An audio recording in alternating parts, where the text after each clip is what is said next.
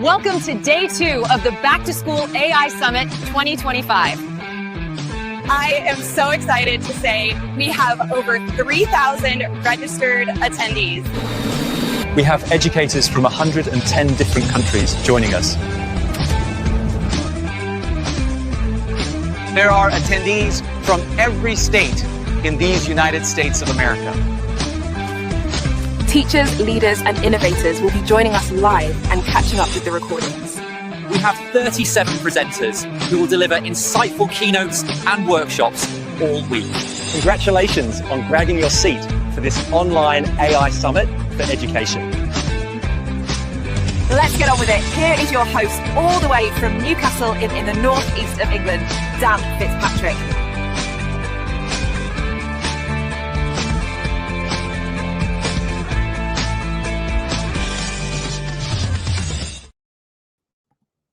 Hello, everybody, and welcome to day 2 of the Back to School AI Summit 2025. If you were with us yesterday, you will know we had a fantastic day.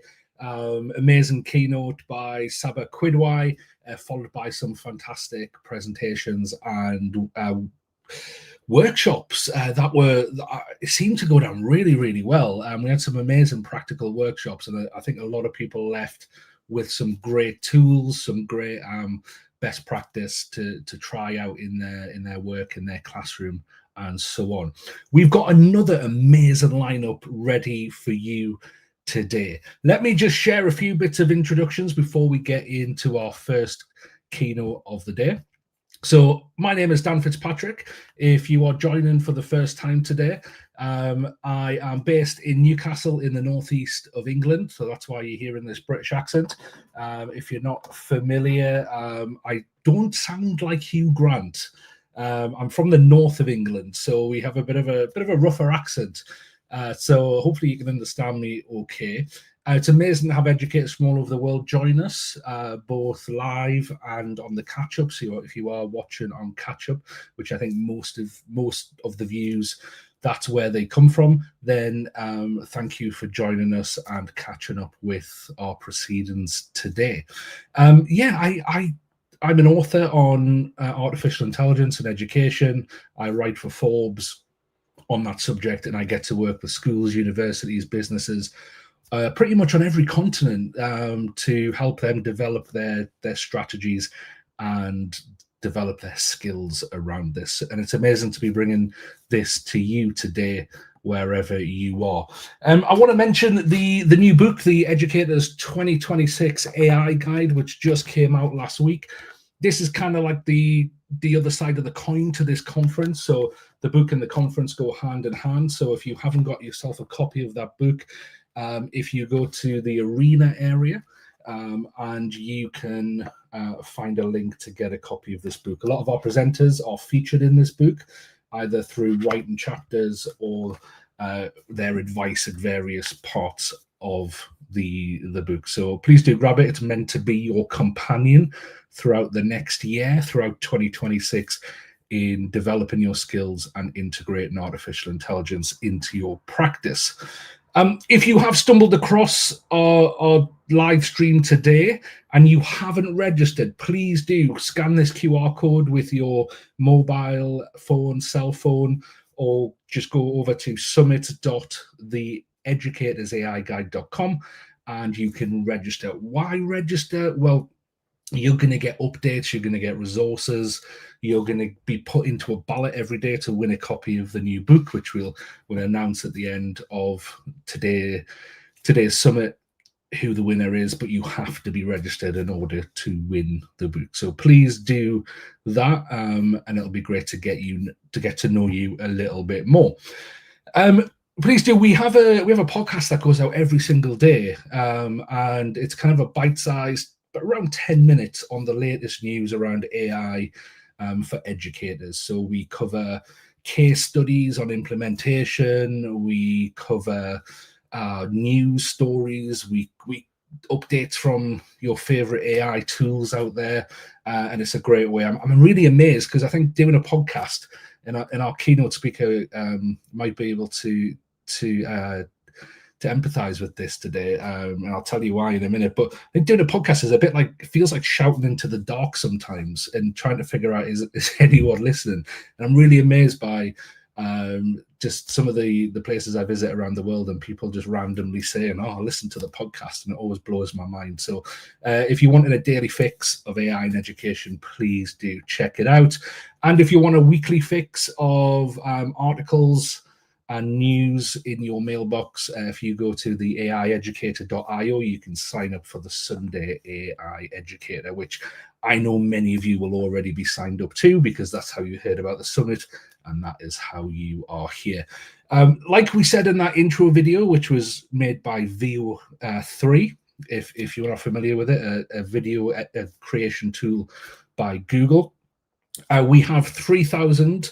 In fact, last time I checked, last night, we had, I think, 3,160 registered attendees who will be joining us now live, but also on the catch-up from 110 countries, every US state. And we've got 37 presenters presenting yesterday, today, Wednesday and Friday. Just no Thursday, just every day this week apart from Thursday. Big, huge thank you to our sponsors, our partners for this week. We've got Brisk Teaching, Everway, Grammarly, Magic School, QuizGecko, School AI, ThingLink, Toddle, Google for Education, ScreenPal, and joining us today also will be Seeds by Zaka and Snorkl. Without them, I just wouldn't be able to bring this to you for free. So a big thanks to them for supporting our efforts this week. Yesterday, if you missed it, you missed an epic day, but don't worry, you can go back. If you're in the arena area, which is the AIeducator.io/B2S25, you can watch and catch up with all 3 hours worth from yesterday. Let's move on to today, because we have got an amazing lineup for you. Joining us in about 2 minutes will be Jaden Schaefer. Jaden is the #1 AI podcaster in the world. A lot of you will be familiar with his work and the content that he puts out. And I'm really looking forward to hearing what he has got to say, as somebody who's got a great kind of bird's eye view of the AI field and the AI industry and what's going on and the trends there. So really looking forward to Jaden joining us. Then we've got Matthew Weems. Matthew's going to be joining us from Romania, and he's going to be talking about legislation when it comes to using AI, and he's written books on that. And he'll be sharing his wisdom. Then we're going to move over to Victoria Hedlund, who specializes in how to work with the bias that comes out of certain AI tools. Then we're going to be joined by Matt from Grammarly. Really excited to see what Grammarly is working on in terms of their new tools. Then Stephanie Holt, who's joining us from India. She's going to be looking at how we support students with AI in the classroom.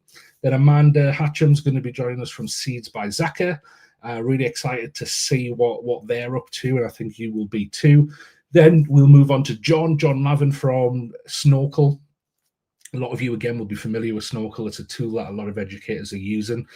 And then we end with two kind of double acts, really. So we've got Brett Roer and Rebecca Bultsma, who are going to be joining us. They recently worked with a school in California building their AI policy, and they're going to take you through that step by step and show you how they did it and how you can replicate it. And then last, at the end of the day, I don't think you're going to want to miss this. A lot of you are fans of Google AI and Gemini. Well, we've got Maureen Haymans, who is the VP for learning at Google, and Dave Messer, who's a product manager at Gemini, are going to join us to share some of the developments with Google Gemini. So we've got a packed day, and of course, packed day tomorrow. We'll get to that at the end, and a packed day on Friday. So it's 10 past 2. That's because I've got the 24-hour clock on my phone, which just confused me. So I'm going to take my presentation off, and I'm going to give you a little bit of an introduction into who is coming up right now. So we've got Jaden Schaefer. Jaden is a pioneering AI podcast host and also the CEO of AI Box, co-creator and presenter of AI Chat and AI Applied, two massive podcasts for those who follow artificial intelligence, reaching millions and millions of people around the world with insightful AI news, trends, and innovation. And I'm going to bring Jaden in right now. Hi, Jaden. How are you doing? Fantastic. Excited to be here. It's good to see you. I'm loving the is that those new wall panels that they Yes. yeah, Wall panels.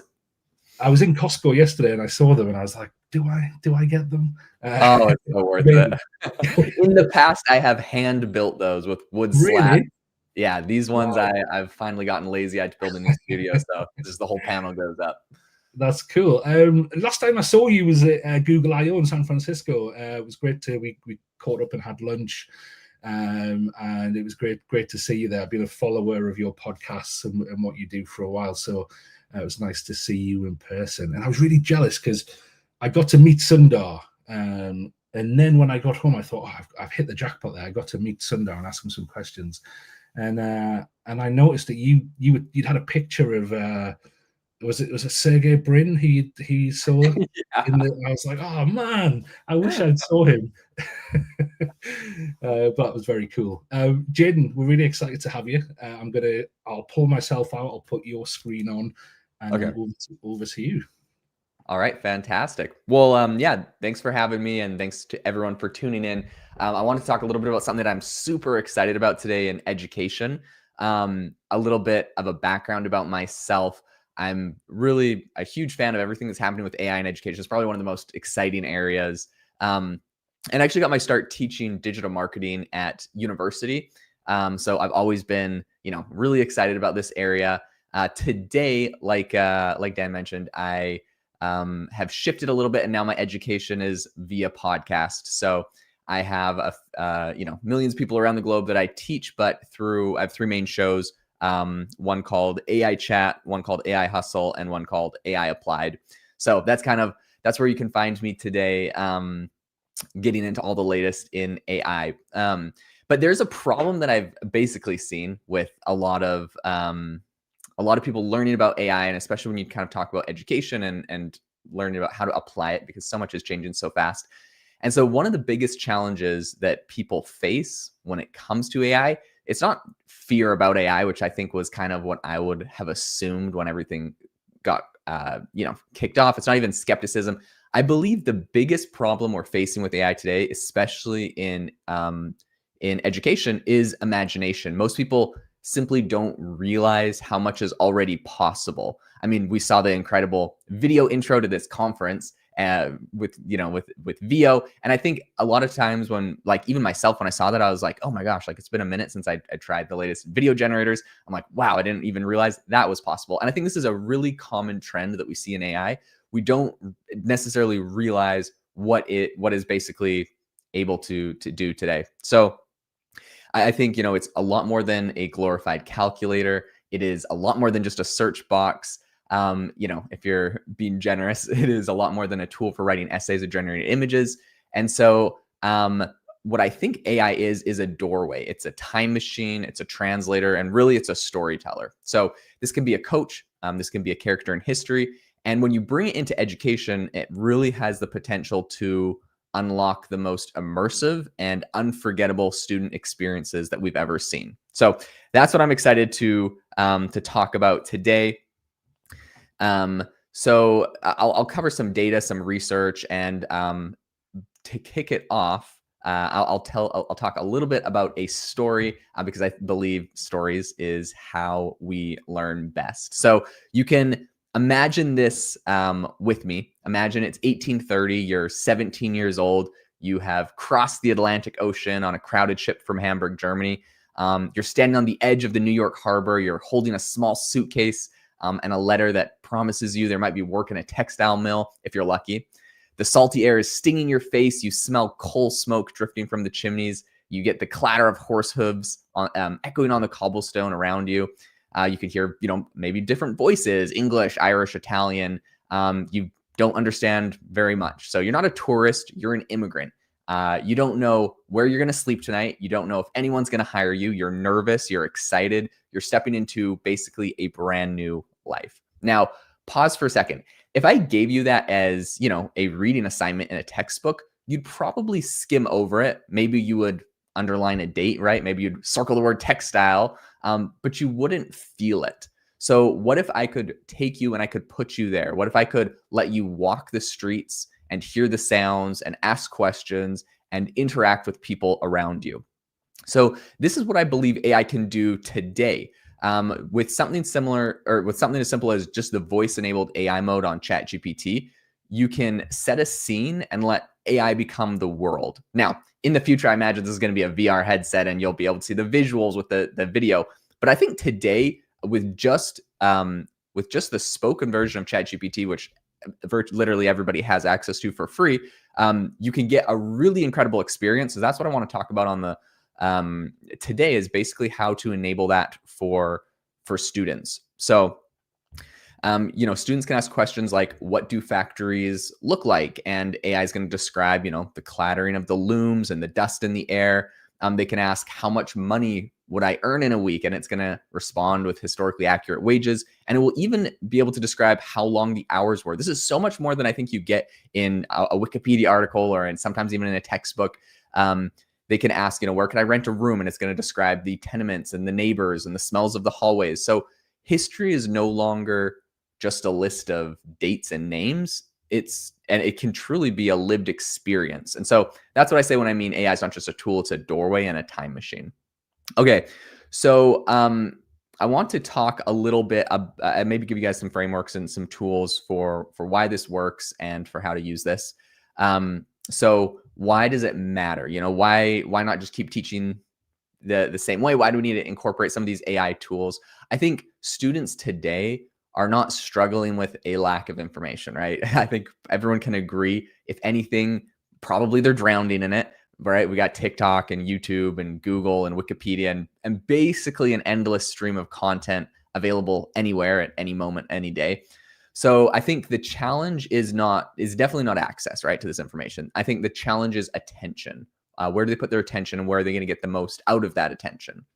So this is why, instead of traditional ways, I think really immersive learning is so important. And like I mentioned, of course, this is going to get into, I think, like VR and all sorts of interesting things in the future. But today, you could get started and you could do a lot of that with these tools. So basically, when you create experiences for students, instead of just giving them information, we're capturing their attention. And more than just capturing their attention, you're also getting their imagination. So I use a simple framework to explain this. I call it the 3 R's of immersion. The first R is relatability. So basically, when students can connect what they're learning to their own interests and their own curiosity, their own questions, all of a sudden they care about it, right? It's not just reading a textbook, but maybe they're really interested in, maybe they have their first job and they're interested in how much, money and the working conditions back then. Or maybe there's, someone coming to America and studying at university, and like myself, who is not originally from America, but I went to school here. And asking about people's experiences that went through the same things as them is really, really a fascinating way to all of a sudden start to connect, right? You can ask about the clothes that they wore. You can ask about what the food tasted like. And then you're able to ask these follow-on questions, and basically the students can follow their curiosity. So I think that's such an important part. The second part, and the second R, is realism. So the immersion works because it basically feels real, right? When the experience is, when you're able to kind of get this understanding of an explanation of all the details around you, it makes basically the students say, wow, I can actually picture that. And all of a sudden it starts to stick with them and they're able to connect with it more. The third R is retention. So I think this is probably one of the most critical points, but essentially we don't remember lectures, right? We don't really remember bullet points. We don't remember all of the things that it might be said in some sort of event, and probably even this, what I'm talking about today, right? But we do remember experiences. So we remember what we feel. And if I ask you, what you learned in a high school history class, you probably remember a story that was told, but you are, I'm guessing, not very likely to remember a chart that was pulled up. And so if we can help our students to experience history and experience their education, they'll carry it for life. So that is really the power of immersive AI. It makes learning relatable, realistic, and memorable. So I want to talk about some interesting research in regards to sort of this area. Because, I'll just say, like, this isn't just me saying it. I think, this is a lot of research and that kind of backs this up. There's one interesting study on chatbots in education, which a lot of this, right, isn't, because this is a brand new thing, and you'll find this you'll find the same, I guess you could call it issue, but you'll find the same concept in basically everything, where whenever these new technologies come out and you try to start applying them to education, people will be like, well, what's the research behind it? And there's no like literal research on, do voice conversations with ChatGPT help history retention, although there should be, because I think they'd find some great things. But basically you can kind of extrapolate from a lot of tangential and surrounding studies to see how the latest and the newest things that are coming out are useful. So anyways, one that I did find was interesting is basically there was a meta-analysis in the British Journal of Educational Technology, and they found that chatbots in classrooms significantly improve learning outcomes. And that means across multiple studies, multiple grade levels, multiple contexts. Basically, the data showed that AI chat and chatting with AI doesn't just entertain students, but it actually helps them learn better. I thought that was fascinating. There's a second one about ChatGPT specifically. So there was a meta-analysis published this year, which was looking at 51 different studies, and it basically included that using ChatGPT improved learning performance, learning precision, and higher order thinking. So in other words, students who used it didn't just memorize more, they actually thought more critically, and they engaged more deeply, which is interesting, right? Because we've heard all sorts of people say like, ChatGPT is going to basically make people less intelligent. They're going to remember less. They're, just basically outsourcing all of their thinking to it. But what we find is for students that are engaged, they're actually able to dive deeper into the topics that they're interested in and get more out of it. The third study that I thought was interesting this is more about the immersion, and I think this is kind of what we're going to see in the future, but a review of a classroom virtual reality experience. This is back in 2014, and I think they did all the way through 2014 through 2023. But they found that immersive environments increase cognitive engagement, emotional engagement, and behavioral engagement. And engagement, as every teacher knows, is the fuel of learning. If you don't have engagement, you don't have learning. So while that one is more for virtual reality, I think we're starting to see kind of the direction of this learning. There was another one, which was the science of multimedia learning. So Richard Mayer, he spent a decade researching this. He reviewed over 200 experiments, and his conclusion was that students learn better from words plus visuals than just from words alone. And I think as we start getting into AI and we start seeing what the future of this holds, that's exactly where we're going to move as we start to incorporate some of these more immersive learning experiences. All right, the last one I have for you is dual coding theory. So there is a 2024 K through 12 study that showed when students learned content using both words and visuals together, they gained significantly more knowledge than when words were taught alone. This is exactly what happens when students engage with AI in immersive ways, right? They're getting more content through multiple channels, and that's basically just strengthening their memory. So the research, all of this is really clear. Immersive, conversational, multimodal learning is not just exciting, it's really effective for actually being able to retain information better.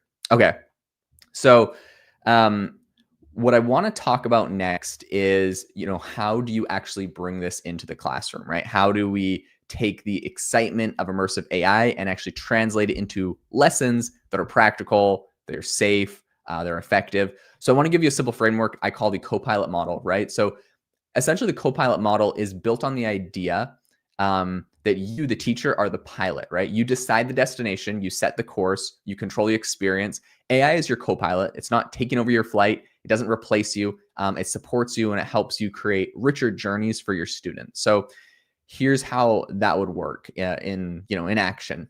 Let's say you are teaching about the Industrial Revolution, right? In a traditional lesson, you might have students read a few paragraphs, maybe look at some images, maybe watch a short video clip.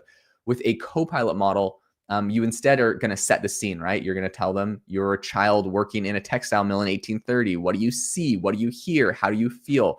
The AI can take on that persona, and then students can ask questions, and the AI will respond as if they are really there.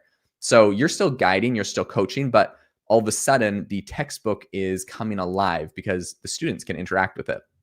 I want to give you another simple structure that I call set the scene, open the door, and debrief. And these are basically the 3 steps for running an immersive AI lesson. And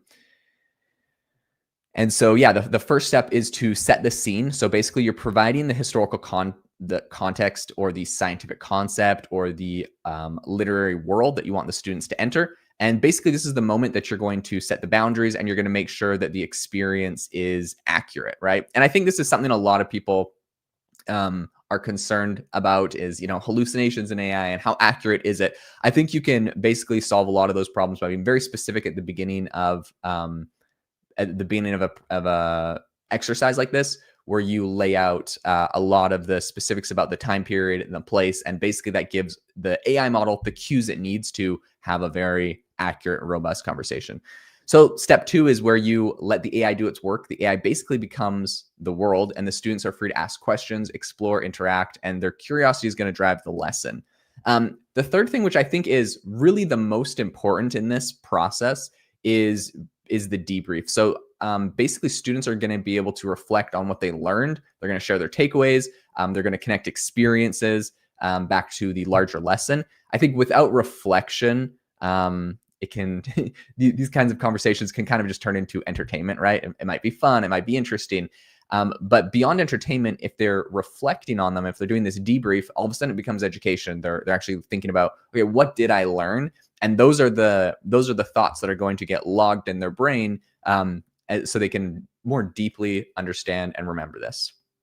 Okay, I want to give you guys a real world example and like walk through what this looks like and how this works. But I want to give you one more model that is useful, and this will kind of play into the specific prompts and strategies I use when doing something like this. So this is what I call the speak model. So basically, for writing immersive prompts, this is how you will create a prompt that is going to work. So I just say, set the time and place, pick your persona, engage, add sensory details, and keep it interactive. If you remember those 5 things, you can basically create a really powerful immersive AI lesson in minutes. Okay, so I think I'm hoping that my microphone on my computer is going to play ball with us. So we're going to test this out, and I will give you an example of what this actually looks like, and then I'll talk about some examples of how I would recommend rolling this out and actually doing this. So let me pull up the prompt. Well, actually, yeah, I'll give you the prompt at the end. Okay, so we're gonna go over here. We're gonna open up ChatGPT, and we're going to do this. We're gonna try to do this live. Let's see how this works. Okay, so I have a specific prompt that I give it. And by the way, this took a minute to figure out, because a lot of times when you enable voice mode on ChatGPT and you start talking to it, it's like, "What's up, man? Like, how's it going?" And you tell it what you want to do, and it's like, "All right, that sounds great." Anyways, you don't want it to do all of those kind of like filler words and stuff, because you want this to try to feel a little bit more immersive. So let's see if this works. You are my historical guide. Do not break character or explain what you are doing. Begin immediately with rich sensory descriptions as if I am physically present in this place and time. Write in second person. You see, you hear, you feel. Avoid any prefatory phrases like "let's begin" or "imagine this." Only provide the immersive narrative and dialogue of the people in the scene. I will interact and ask questions as if I am there. Start with "you are stepping off of a ship into a dock of Buenos Aires in 1905.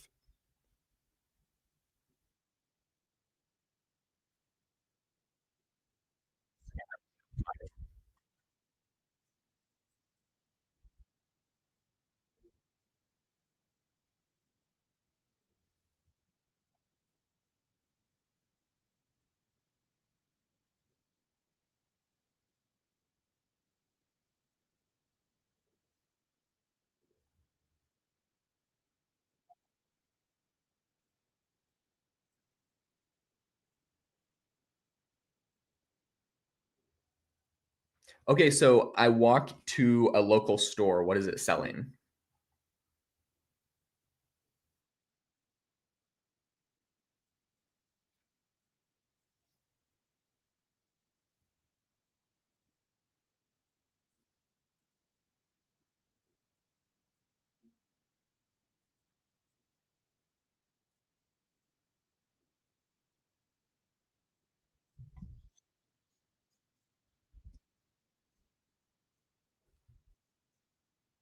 Okay, pause. Okay, sorry. People are saying in the chat, I think that they can't hear Chat GPT. I think the problem is I think there might be like an echo cancellation basically. So it's trying not to let me pick up what's happening on my on the microphone on the computer. So I'll go ahead. That's unfortunate, but you saw from my end basically what you'll say. I'll go ahead and actually read the transcript that it gave you. I think that'll be the best your best bet. So basically, you give it that prompt at the beginning to kick it off with.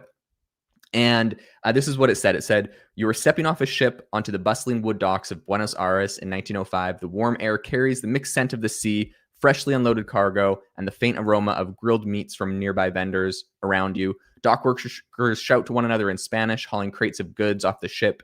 You hear the creaking of wood underfoot and the distant clatter of horse-drawn carriages waiting beyond the pier. As you step further into the port, you feel the lively energy of a city that is growing fast, filled with new immigrants, traders, and local merchants calling out their wares. Right. So when I hear that, I responded, I said, okay, I walk over to a local store. What's it selling? And this is basically, I think the framework that you want is that you're arriving and you're just walking around. So it feels almost like a video game where you just click on a place and you go further to that.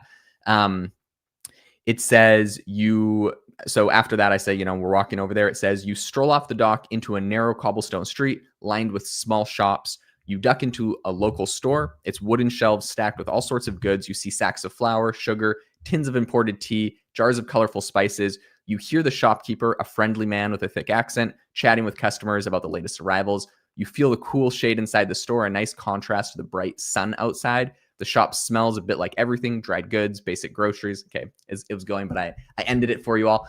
A couple things that I think are really interesting here. Number one, it's talking about the temperature, right? It's like you feel cool shade in the store, a nice contrast from the bright sun outside. All of a sudden you're thinking of, oh my gosh, Buenos Aires is probably pretty warm. It starts talking about the smells, right? So the dried goods, the groceries, it'll probably go on and explain more fragrances.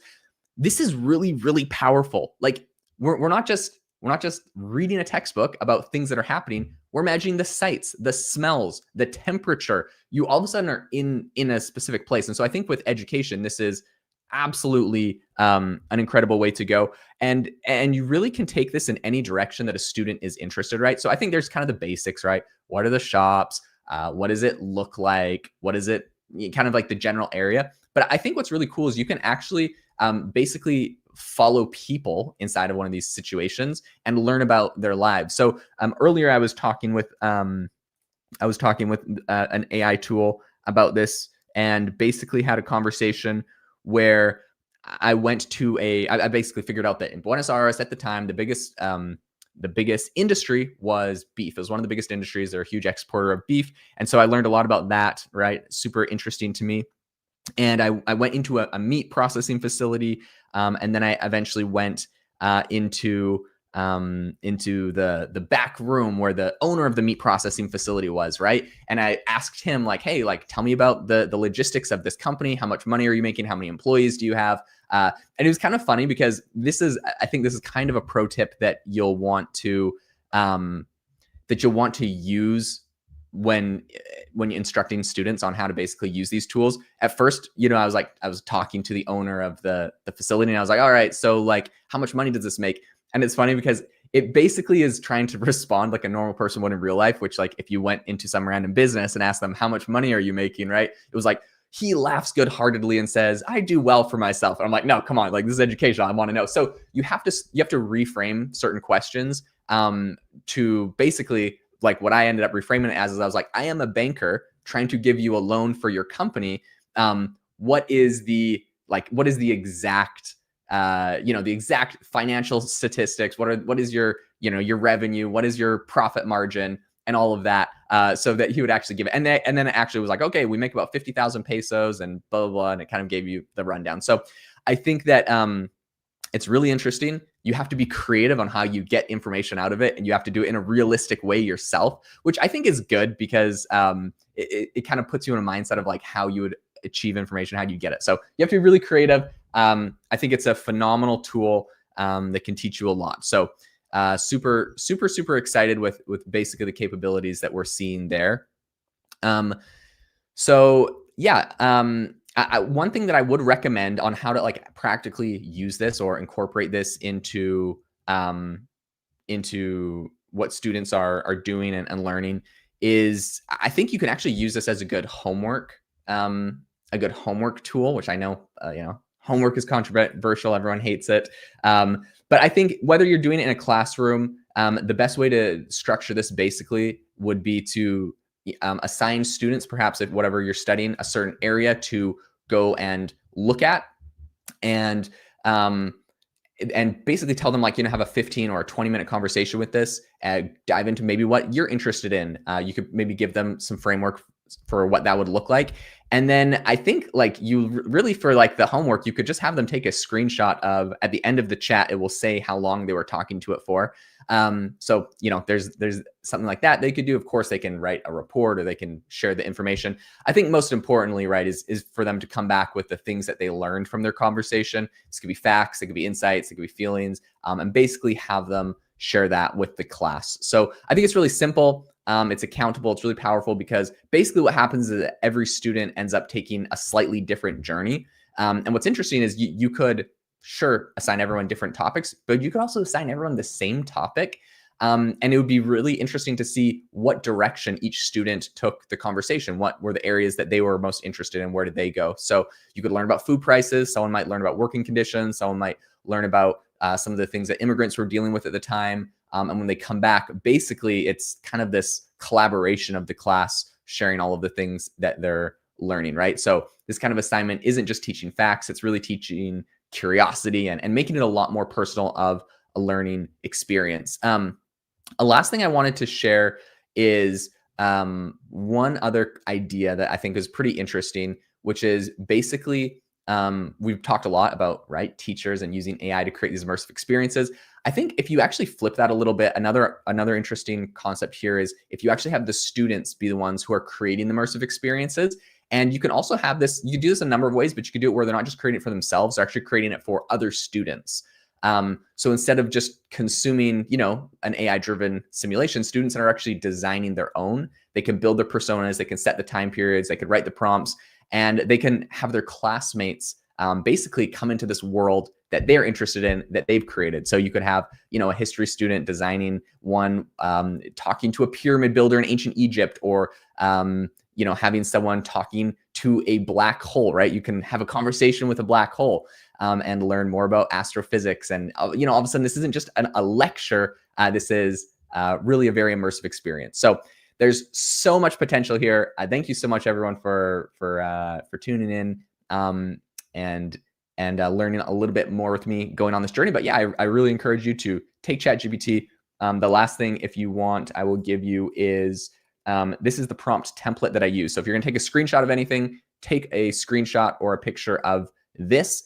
Basically, this is the template that I use to get the best experience out of this, where it's going to actually engage with you and give you the immersive walkthrough. Otherwise, sometimes it can be a bit awkward. So take a picture of this or a screenshot, and I would love to hear what everyone creates and does with their students. Thank you so much. Thank you, Jaden. That was amazing. I loved that. I love it when people just go, right, the basics of just chatting with a chatbot, you can do so much, but actually when you elevate it and start to use some of the multimodal features, especially for those live conversations, I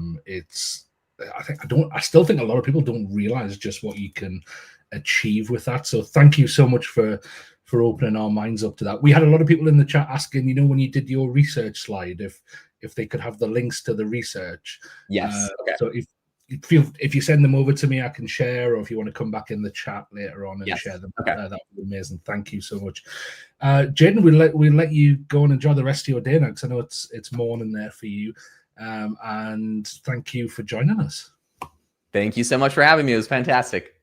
Take care. Bye-bye. Okay, that was Jaden joining us from the United States of America. It was a big yeah, it was a big deal getting Jaden on. Jaden's a busy man and does a lot around the world for AI education. So it was amazing to have him come and share his expertise. We're now going to jump in to our next workshop, and that is with Matthew Weems. Matthew, I'm going to bring Matthew in. Hi, Matthew. You all right? Hello. Good to see you. I've got a little bio. When I say little, I mean little. So Matthew's an international school leader and an author on AI in education. That's what I prepared. So I'm sure you'll talk a bit more about that, and I can see you coming live to us from your classroom. Before I jump off, Matthew hosts an amazing event every year in Romania for AI in education, an in-person event, and I had the chance to keynote it last year to fantastic events. So if you are looking to go to Romania and want to double it up with an AI conference, I highly recommend it. Matthew, I'll pull your slides up, and then over to you. I think everyone can see. So I'm going to go through, following off the back of some practical examples, some of the things that I've had to think about as a teacher and a school leader about using AI in the classroom. And I think I'll go through 3 main approaches that I think are quite proactive that schools should be doing right now. So I want to shift from like, should we use AI and having those question marks hovering over, to really thinking as a school or as an institution, could be a university, even I suppose probably not a kindergarten, but who's leading on how we actually use this, and who's giving people guidance in our school. Usually what would happen if you were going to deploy an AI like pre-generative AI, you would be building a model, you would be hiring a company, you would be thinking about your use case, you'd be thinking about the risks, you'd be developing policies, then you would pilot, think about guardrails, test guardrails, think about where the human was going to be in that entire process. You would monitor it, you would track usage, you would look for incidents, you would get feedback if something happened, and then you would adapt. You'd update every time a tool updated or an incident happened, you'd make an update, and that would have an impact on your oversight and your training. What happened when ChatGPT came out, and Gemini and Claude, and every time there's a new VO3 comes out, every time there's a new drop of a new cool piece of tech, we're not doing this. Essentially, we've kind of skipped to the deploy without the pilot, without sometimes thinking of the guardrails, and the humans there, but they're not always fully in the loop. So the process I developed and I wrote about in kind of my book about the EU AI Act, as that's coming up for me, being based in Romania, was 3 steps, which is start off with the assess, and that is we need to find out what's gone on. Like, all these tools are out in the wild, so now we need to find out what people are using. So that's the first step, and I'll talk you through that at the beginning. Then review what kind of things to look for, and I'm going to give you a couple of activities you could potentially do with your teams, and then comply.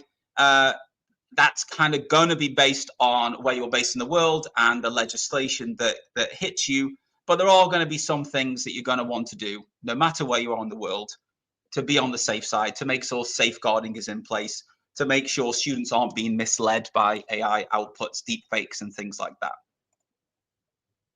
So when I did my master's in computer science, I really loved systems analysis. So for me, doing the assess part is the fun part, because that might start with a survey. And I'm going to share an example of one that I've used at my school, and I've shared with a few other schools, and it's worked successfully to give them a starting point. I'll give you a link to a free version of that today.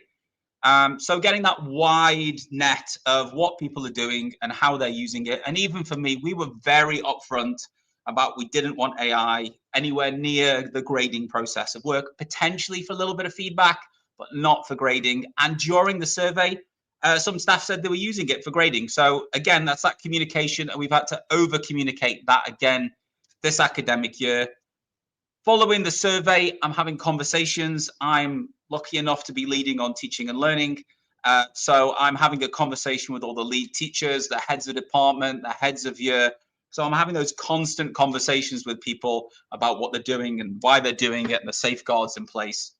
And observation, which I think I've spelled incorrectly, not a good observation on my part, but actually going around and seeing what people are doing. And if people need a bit of help in the classroom, being there, getting feedback from students as well. But one of the biggest risks we have is not knowing, is having, this is taken from the new Thunderbolts movie, but having the void, having no idea what is happening in your institution, because essentially all the risk is put on the school, not the teacher. So if you aren't being proactive and knowing and having an idea at least what your teachers are doing with the AI, on if any of them are putting that in front of students, if any teachers are setting up chatbots that students can use at home that don't particularly have strong safeguards, if you're having conversations with students and they reveal they're on some of the more dangerous sites like character AI and things like that, and you are talking to your staff about the safeguarding risks, like you need to know what's happening so you can start to be proactive. My next slide is a little bit of play on that, because now we're in a range where the void comes dripped out with smart glasses, pendants, smart watches, smart rings, smart bracelets. So as well as the apparent things, such as finding out if people are using ChatGPT or find out if people are using one of the platforms that are sponsoring this event, or if you're putting any chatbots in front of students, as well as those things, you now need to be kind of looking what people are wearing to see if you're breaking any GDPR, people are being recorded. Just there's more things with this area, or this area of AI to be thinking about more and more, especially as it's going to move and be more mobile in the future. In the survey example I'm going to share with you, this is what you'll find out. So ideally, it's broken up into these sections. So finding out what tools are in use, how people are using it, who's using it, teachers, students, staff, admin, who in your school is using it, what's their confidence level. And we had a policy. So what was their awareness of the policy? Did they know that we had a policy? Were they aware how to find it? Did they know the main parts of the policy? And also a space there for questions and concerns. And I'll do a link to this at the end, but you should be able to get this for free off my website and download a copy.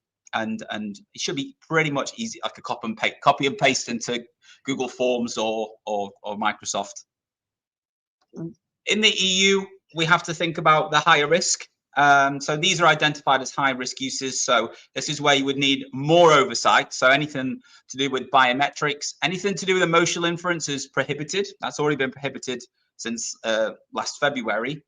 But anything about if your admin team or admissions team are using this to screen students, that is something you want to have clear oversight of.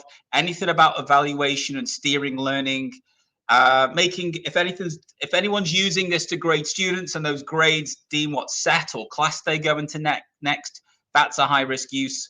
And anything that's monitoring or proctoring behavior. So if you're implementing one of those, you might need to think about giving the staff who are using these tools a higher level of training.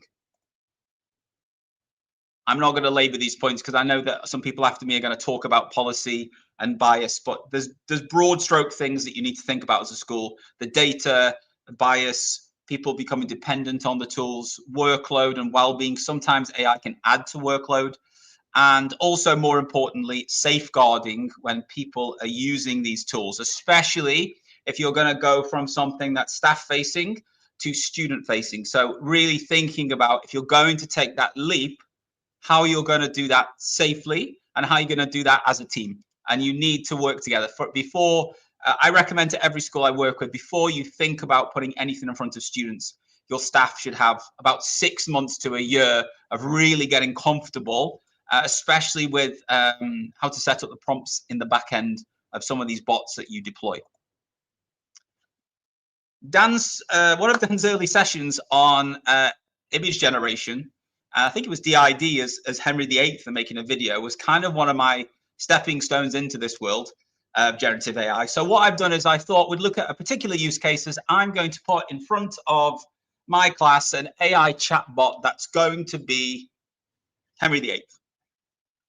And I'm going to think about the risks of that. I'm going to be proactive and think when I'm going to prompt this, as well as the cool journey that we just spoke about in the keynote, what other things might I need to put into this prompt or consider before I was to put this in front of students?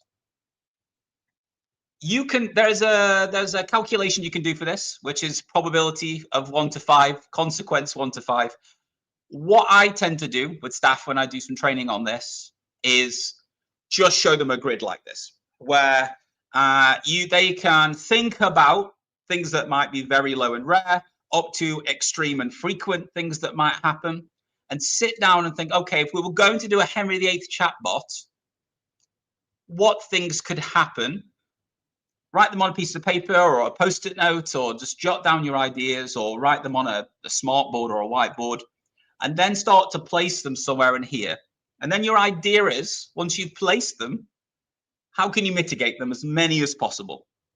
This is based on Amazon's, how Amazon do this on their training, that formula in this.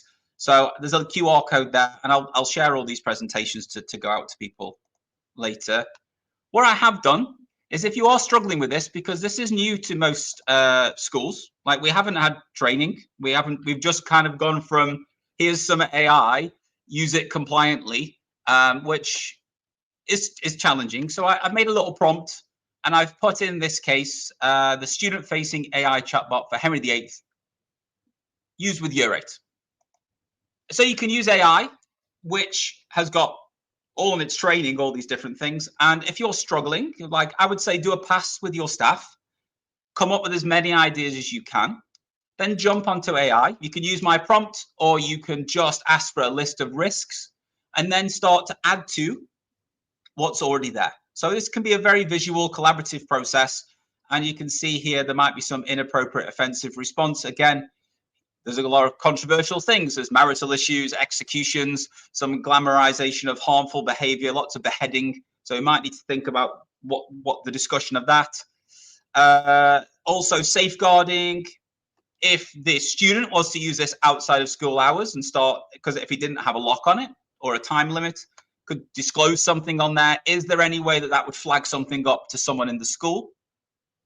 And also, and I think I've completed one, just off a quick go with myself and the bot, and just put some through here. So extreme and possible, it could mishandle a safeguarding disclosure. It might not flag that up.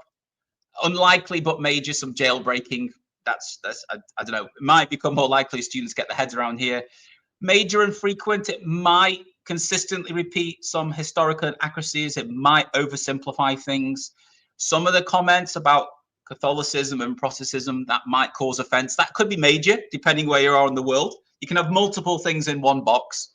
But the idea is, you've looked at this, you've mapped it, and then when you're prompting in the back end, you can give some instructions to the chatbot to try to mitigate some of the historical inaccuracies, to try to mitigate what it can and can't talk about, the tone that it can talk about things. Where it oversimplifying, you can put instructions on how to make it, how many sentences you want, the depth that you want, the level of the keywords. So it's a good way to start, and choose a particular use case. It could be something as making AI worksheets or making a video in VO3. Think about what could go right, what could go wrong. And then if you're going to go through that process and thinking about using it, what are the things you can do, especially before it goes in front of students, to minimize that? What I have done, and in a pack I'm going to give you a link to at the end, is I made a little Canva thing. So you can add your risks in here. You can pick their level and add them in. And you can add multiple ones to each box. You can drag them around. So you can make little cool things like this on Canva, where you could share this with your team. Or you could make a whiteboard on something like that. You could share the risks and work collaboratively before a meeting. But there's cool ways you can use AI, like I did with the Copilot support there on coming up with some risks. And then now Canva to make me a grid that's nice. I could have added a nice print a PDF button here so I could take this away at the end. And I would just say, as we get into the review stage, like, look at the outputs. So for example, I see this is a Notebook LM video we've made, where we took one of the most complicated economics things to teach according to our A-level teachers, and we put that through Notebook LM based on some sources, and we asked it to generate a video. So for that, before we put that in front of students, we'd watch the entire video. The same for the Franz Kafka podcast we made in Notebook LM. that 16 minutes before we'd put that in front of students, we'd have someone listening to that entire 16 minutes to make sure that was accurate and okay to go in front of students. This is Charles Dickens on a skateboard. You wouldn't believe how many times when we've done something with Charles Dickens that looked like an oil painting, students still asked if that was the real Charles Dickens because they had like a little DID mouth moved. So making it very, very clear to students this isn't real. And my pet peeve at the moment is the influencer videos through history where they might talk about the Wi-Fi going down or some technology that didn't exist. And that could instill some misconceptions in students about what was around at the time. What I have done, and again, I will share this, is there's a link to this in my guide, and I'm going to skip forward because I'm aware of the time. Is what I've done is I've created a register of all the tools, and I've included in this register that I'll share with you. It's an Excel sheet which I've made into a Google sheet to share with you. It's got lots of different areas where you would just do simple yes and no's to go, have we checked this? Have we done this? And this is talking about tools that you might want to use as an entire school as just a way to keep it organized, because I'm aware in the EU there's potentially going to be inspections on this from next August. Well, yeah, August 2026. So thinking about how we can have that organized with links and things like that so we can find the information. So just trying to organize and kind of collate what's going on in your school is a good starting point. But I always start with a ring, and I've done a little spray paint one here when we're doing training. What is allowed and what is not allowed? If you can make that simple half sheet or one sheet, what your staff can and can't do, and then over time feed in examples, feed in hands-on CPD, feed in who is the point person or people who are going to lead on AI in your school. And one of the things that often gets missed out is redress. So if something goes wrong in the class, if a parent or a student or a teacher comes across something which is happening with AI use, what is the process for someone to flag that up in your school? And if to get ahead away, I've got 2 minutes, so I'll finish. What I've done here is I've collated, I think Dan posted about this, creating brains. What I've done is I've created, here's the EU AI Act. I've got all the generative AI products, expectations, Ofsted's approach, all the DFE videos here linked in my notebook LM. And what I can do is ask this knowledge-based question. So if in your country, if there's particular compliance or there's certain things that you need to look into, what I can do is I can map them now against all the relevant documentation that's going to have all these reference points that I can use. So this is a good way to create almost like a compliance brain for your school. What I do share each week on LinkedIn is a couple of little, each week a What If Wednesday, so a scenario for a school, which might trigger some debate, some questions about what's going on. There's one here about a plagiarism checker and basically being used in the school, not having a policy. What should that school do? So thinking about some compliance areas, and I've done I sat down and wrote a whole year's worth of these. And just a reminder that you're in charge. And that means that you can lead the way with AI safely. But the main thing is you need to know what's happening in your school. And we're at the start of the academic year. So running a simple survey, having a conversation with key staff, and then thinking about what are the risks and what are we running against the DFE legislation, EU, wherever you are in the world. And I prepared a resource pack based on what I've spoke about today. There's a link QR code there to access the survey. If you use that code, you can download it for free. And I post pretty much primarily on LinkedIn. So you can find out everything that I'm doing and provoking tomorrow's What If Wednesday, when they're mainly just to spark a conversation in your school about how you can use AI in the safest way possible to protect the reputation of your school and have a successful rollout. Amazing. Thanks, Matt. Matt, that was the fastest 20 minutes I think I've ever sat through. That was amazing. Thank you so much. You packed it full of some gold there. And just to say as well, Matt has written a chapter in the new book, The Educator's 2026 AI Guide, where he kind of goes over this. It's a really practical chapter where he has checklists and so on. It's a quality read, and side of this that is so important, I think.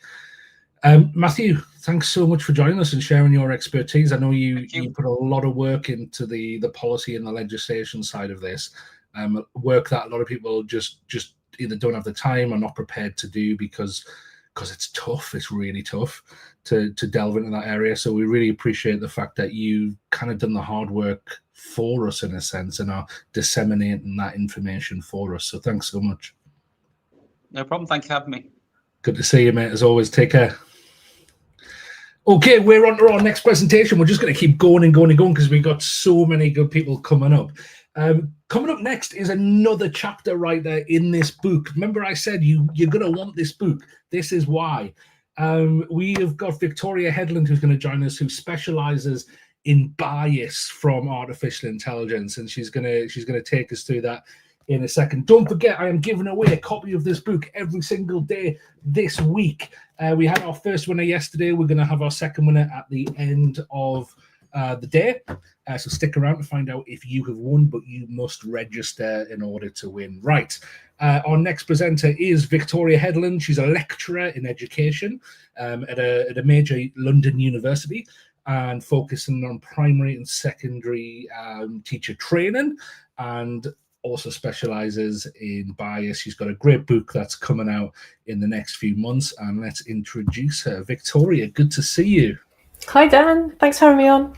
It's a privilege to have you. I know we met properly face to face for the first time last week down at Cottesmore AI conference in the south of England. It was amazing to be able to see you and to catch up with you. So that I'm not eating up with your time, I'm just going to pull myself out, pull your slides in, and and I'll hand over to you if that's okay. That's great. Thanks very much. Okay, so yeah, it was lovely to see you, Dan, early last week with these meta glasses. It was very exciting.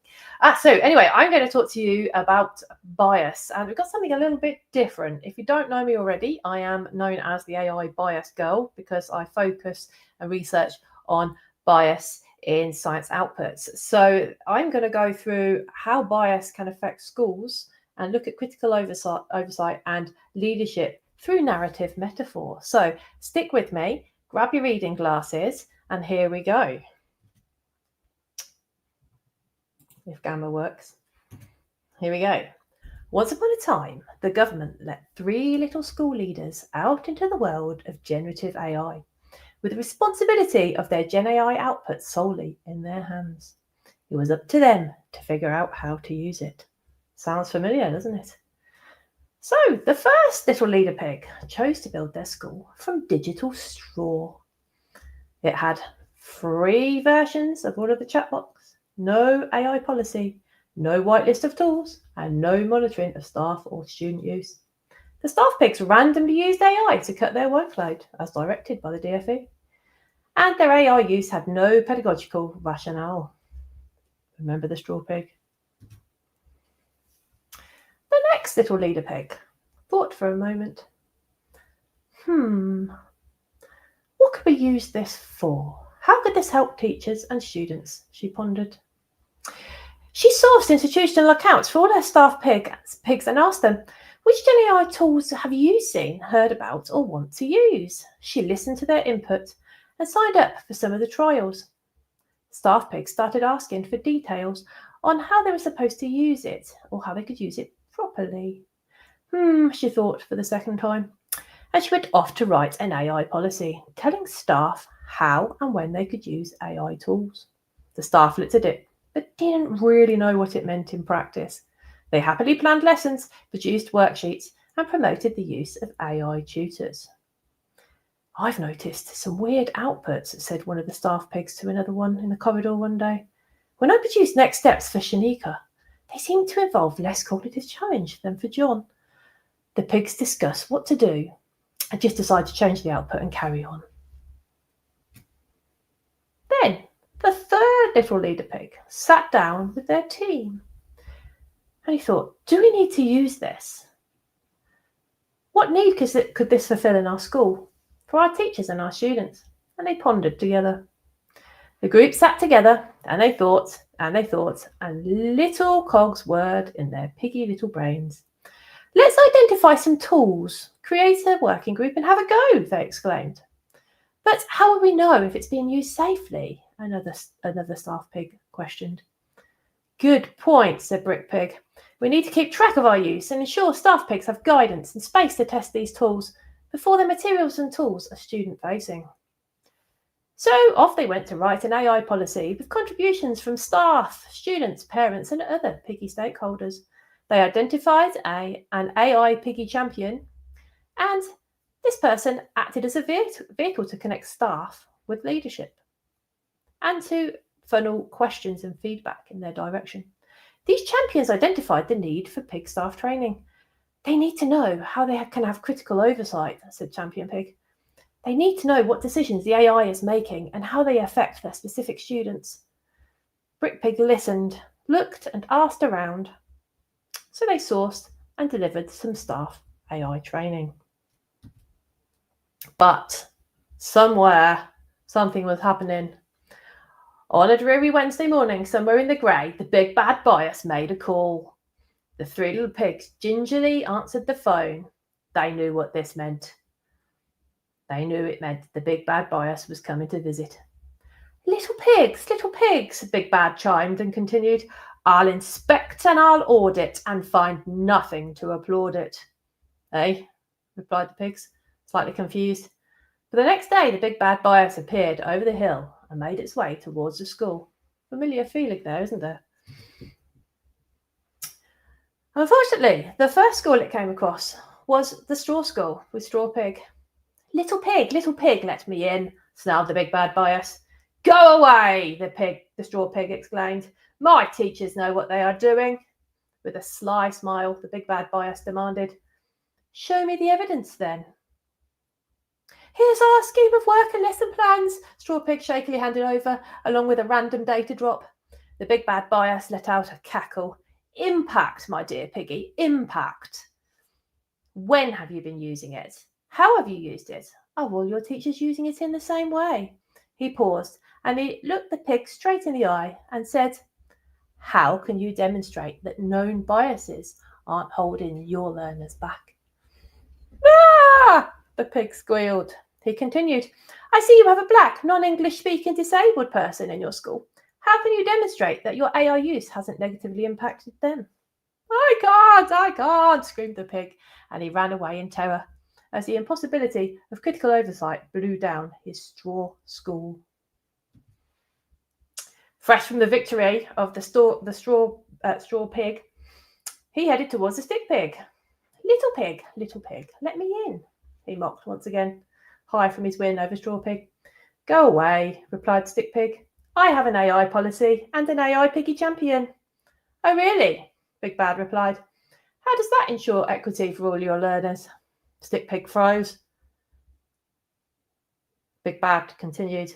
I spoke with Shanika and John. They have the same Q Stage 3 SAT score. So explain to me why, since using Gen AI, Shanika is now significantly underperforming compared to John. They said they had found lessons remarkably easy since you've introduced Gen AI, and their parents have voiced concern on Piggy View questionnaire. Can you explain this? Stick Pig remembered a fleeting conversation that they'd had with staff pigs earlier in the term, where they mentioned something to do with curious outputs from Gen AI they've been using for assessments and lessons. And they were a bit confused, but they didn't know what to do. Explain it, urged the big bad bias, shaking her from her thought processes. Now! The ground shook as the failure to act on concerns raised by staff's critical oversight of their Gen AI products brought the stick school to the ground.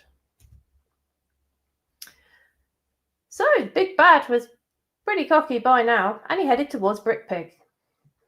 He arrived at the school. Little pig, let me in, it sang tunefully. Please leave, said Brick Pig calmly.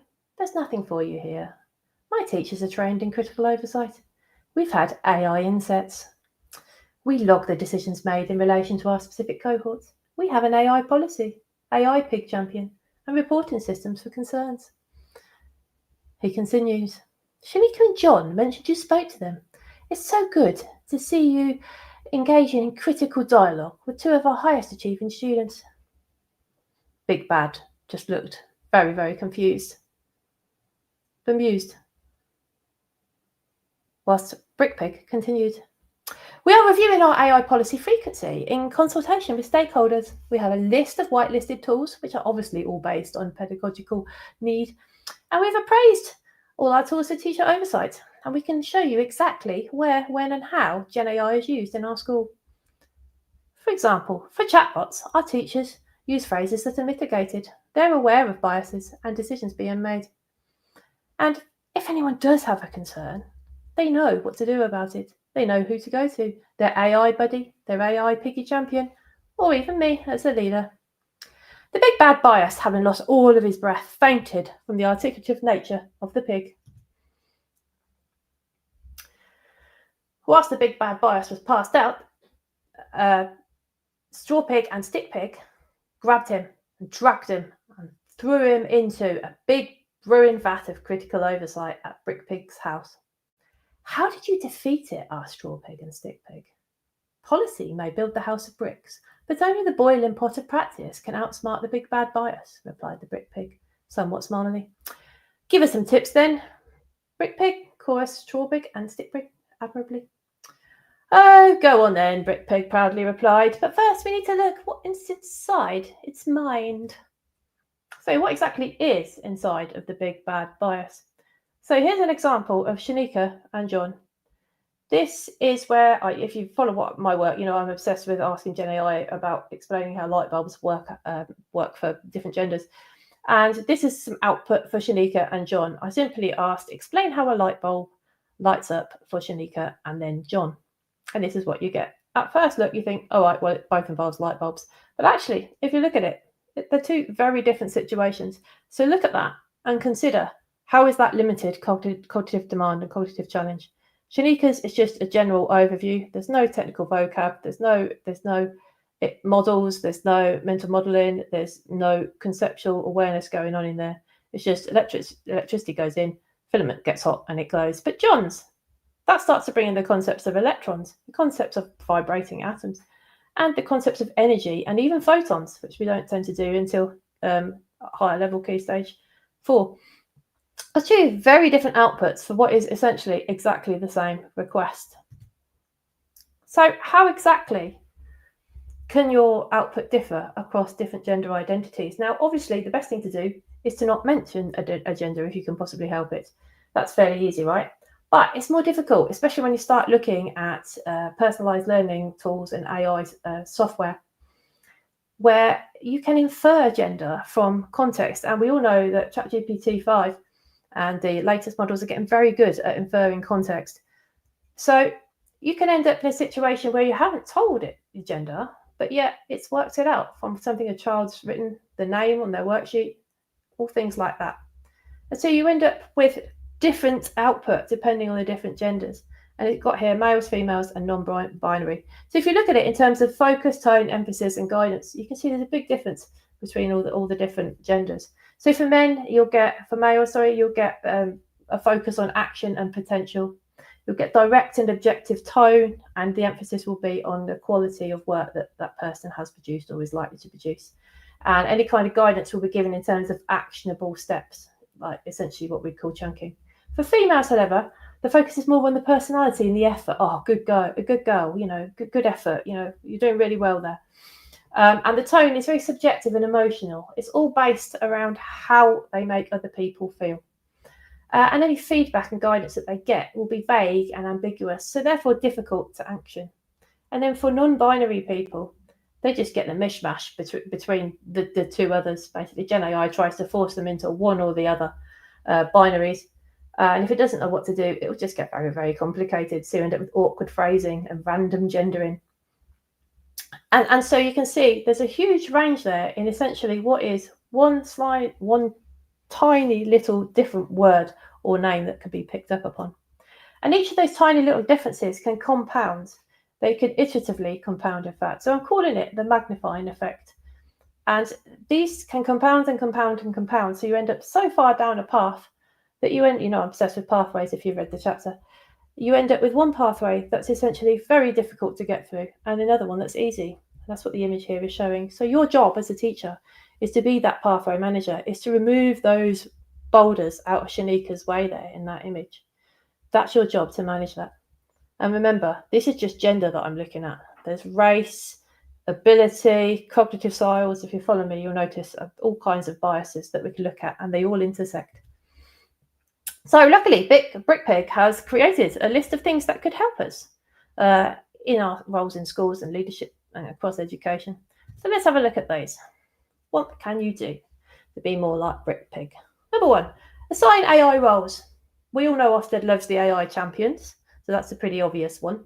What's less obvious is that perhaps you could have a departmental or phase lead, a go-to person. They don't have to have particularly high digital literacy. You can tackle that with some training and time, but they have to have the need and the want to do it. Or perhaps easiest to do is to have an AI buddy, just somebody that you talk to about AI, probably informally over coffee or tea.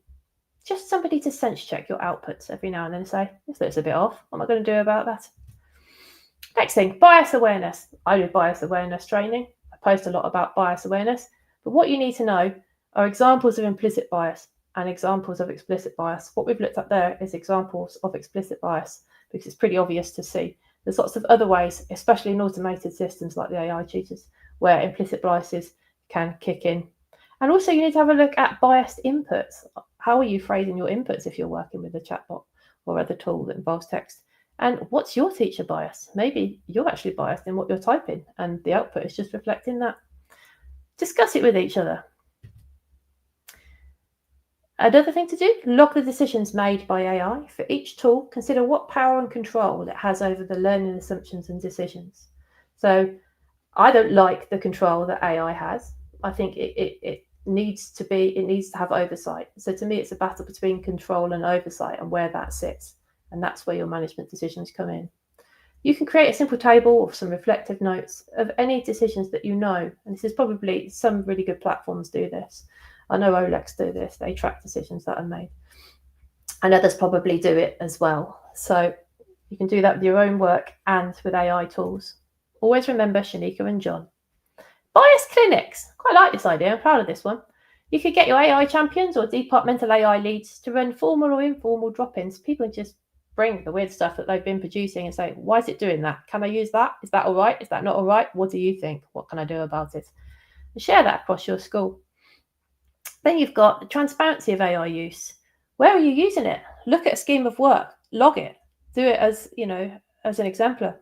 Are you using it lesson planning? And don't forget idea generation. A lot of bias comes in idea generation, that informal use where you're using it to bounce ideas off. Create a bias risk register. We know these intersectional bias. You know your students. It should be pretty obvious to identify who's going to be the most at risk of having bias outputs or their attainment or well-being being hit by the use of Gen AI. You can formalize that, ensure it doesn't gatekeep their progress. Then you could take one of those people on your register and look at them and look, what is their experience at my school? What do they do day in, day out? Where's AI involved? Where are these opportunities where their progress could be being gatekept by our use of Gen AI? Also, you could look, lastly, at kind of weighing up the risk of using Gen AI and these biases that could come out of it versus the pedagogical gain. Do you need to use Gen AI for that? Or is there another tool or method you could use? Think of Shanika. Does she need to use Gemini guided learning or ChatGPT study mode or some kind of in-house software or bought-in tool? Or could you just use a textbook or talk to someone or do it some other way? You've got to manage those risks versus the pedagogical gains. Have that discussion. So, just tying up now, I want you to think about which pig are you and which school is your school. So have a reflect. This has been a kind of fun and whimsical way of really kind of thinking, okay, what pig am I and what school am I in? Aim for the brick pig. That's where the pathway manager sits. So how can I help you with that? How can we help each other with that? As Dan mentioned, we're creating a book together called AI Bias in Education, and Dan's part of that, as is Al and Matt and lots of other people in our community. I've got my own book there. I've got my newsletter where I do examples of biases and how you can mitigate against them. And you can always work and collaborate with me. My website's on there, as is my email. Drop me a line we can have a chat. Fantastic. Thanks, Victoria. That was great. I think someone put in the chat, it was nice. What did they say? Something like, let me see if I can find it. It was the way you presented that first bit was a nice change of pace. I think when you've got kind of like presenter after presenter after presenter, it's nice to kind of to have those changes. So thanks so much for that unique way to present, because no one's done that yet, and it was very engaging. Thank you. Victoria, great to see you. Please do get in contact with her. I've put the link to Victoria's slides in the chat, and I'll also put them on the site after this. Take care, Victoria. Great to see you. Okay, see you. Thanks, Dan. Bye. Okay, so we're going to invite Matt Haggerty into the chat now. So Matt works at Grammarly and does some amazing things over at Grammarly. If you're using Grammarly for education at the minute, or your students are using Grammarly, then you will know that they're bringing out some really exciting updates to their tools for education in this AI age. So I'm going to bring in Matt now. Matt, great to see you. Hey, Dan, good to see you too. Thanks so much for having me. It's a real honor. I'm sure many people who are watching right now will have been users of Grammarly for a long time and be using Grammarly resources. So it's an honor to have you here. What I'll do is I'll bring in your slides and then hand straight over to you, if that's okay. That sounds amazing. Thanks so much, Fantastic. Dan. Everyone, it's so nice to be with you here today. Happy Tuesday. My name is Matt Haggerty. I work on the Grammarly for Education team and am a lifelong educational professional. I've worked on multiple college and university campuses on the staff side, and now find myself in the world of education technology at Grammarly.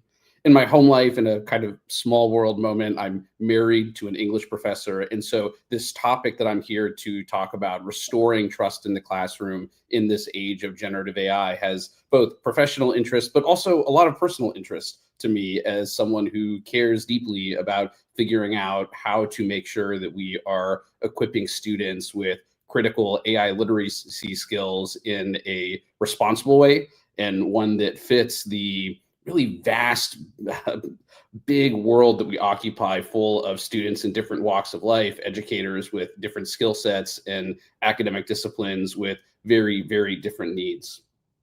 To do that, I want to talk a little bit about the tension that I'm calling out in my session description in terms of what generative AI has done. And then I want to think through how Grammarly for Education is trying to tackle that for all of our partners.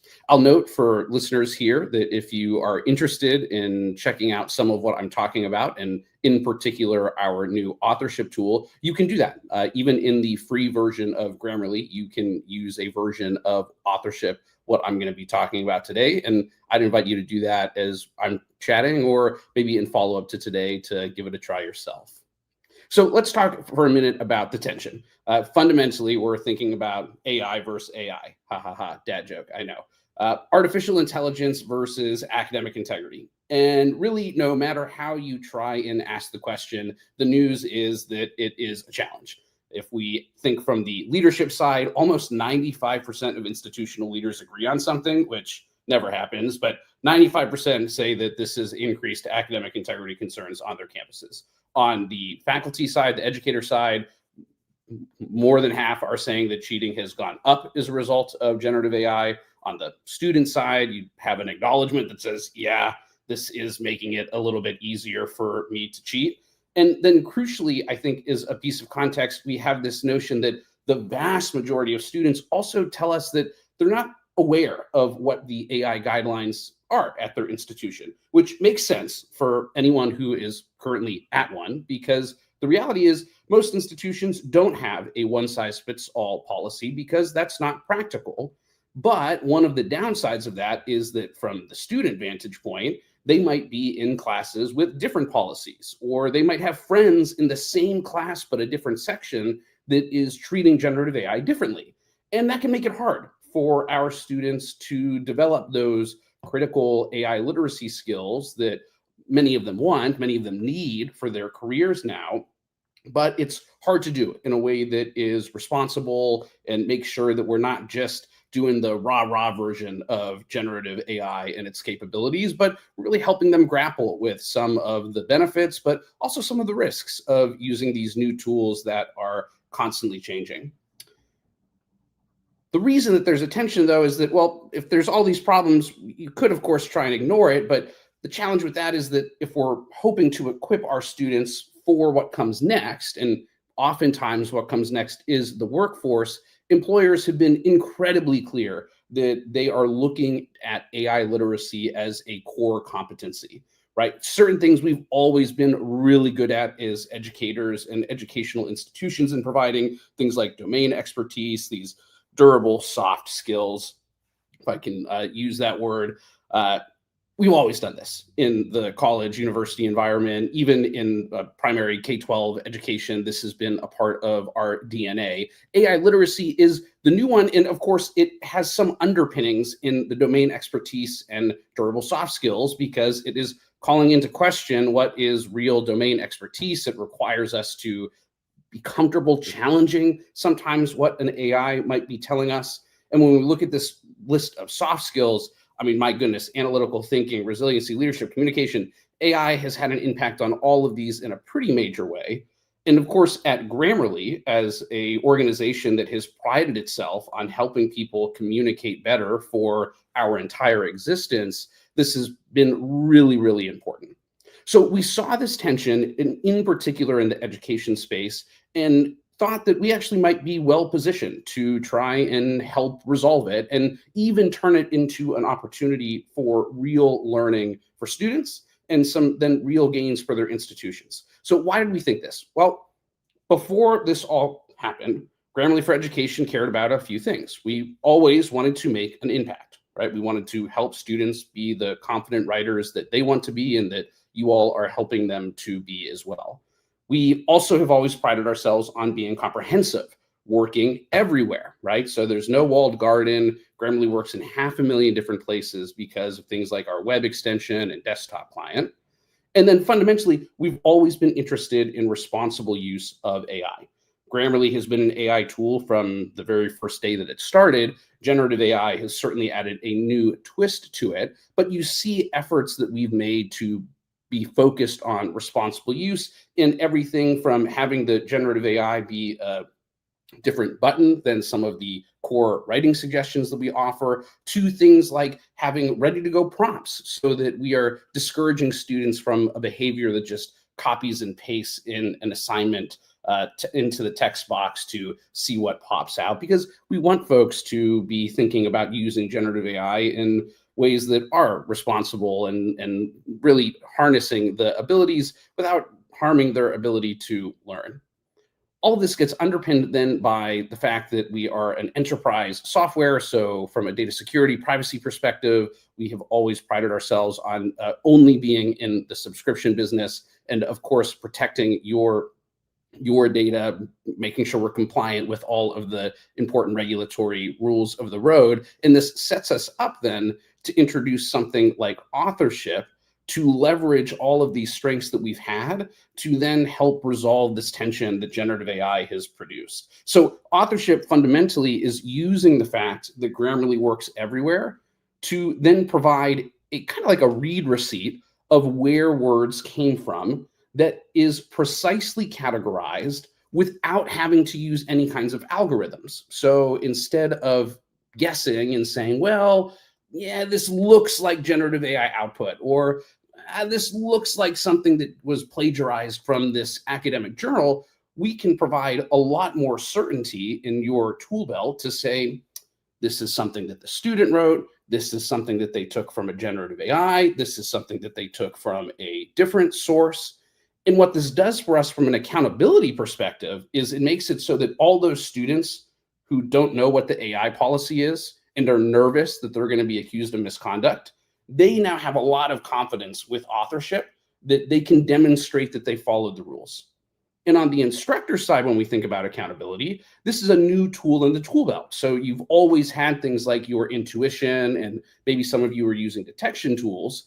This is now a third way for us to think about how and where the words came from that will allow us to be encouraging of those critical AI literacy skills where it makes sense, without just opening the floodgates to the kind of misconduct that we all know is quite possible. Beyond the accountability, though, knowing where the words came from and how they were formed provides us with learning opportunities. So much of great writing is about reflection, and things like authorship make it so that we can do some of that reflection in a way that is different than what we had before, where we were just relying on things like intuition, or certainly detection isn't doing too much for us from a learning perspective for students. When we've deployed this, we've seen incredible results. I pull up one example here from a community college in North Carolina. Community colleges, for those who aren't as familiar, these are primarily 2-year institutions. They're open enrollment, meaning they serve students wherever they are in their walk of life, whatever their background is.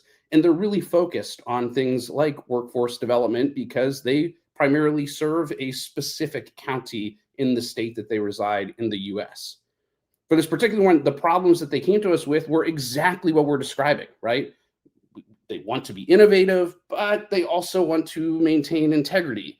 They ultimately want their students to be successful. They want them to graduate. They want them to go on and get good jobs that they like and enjoy.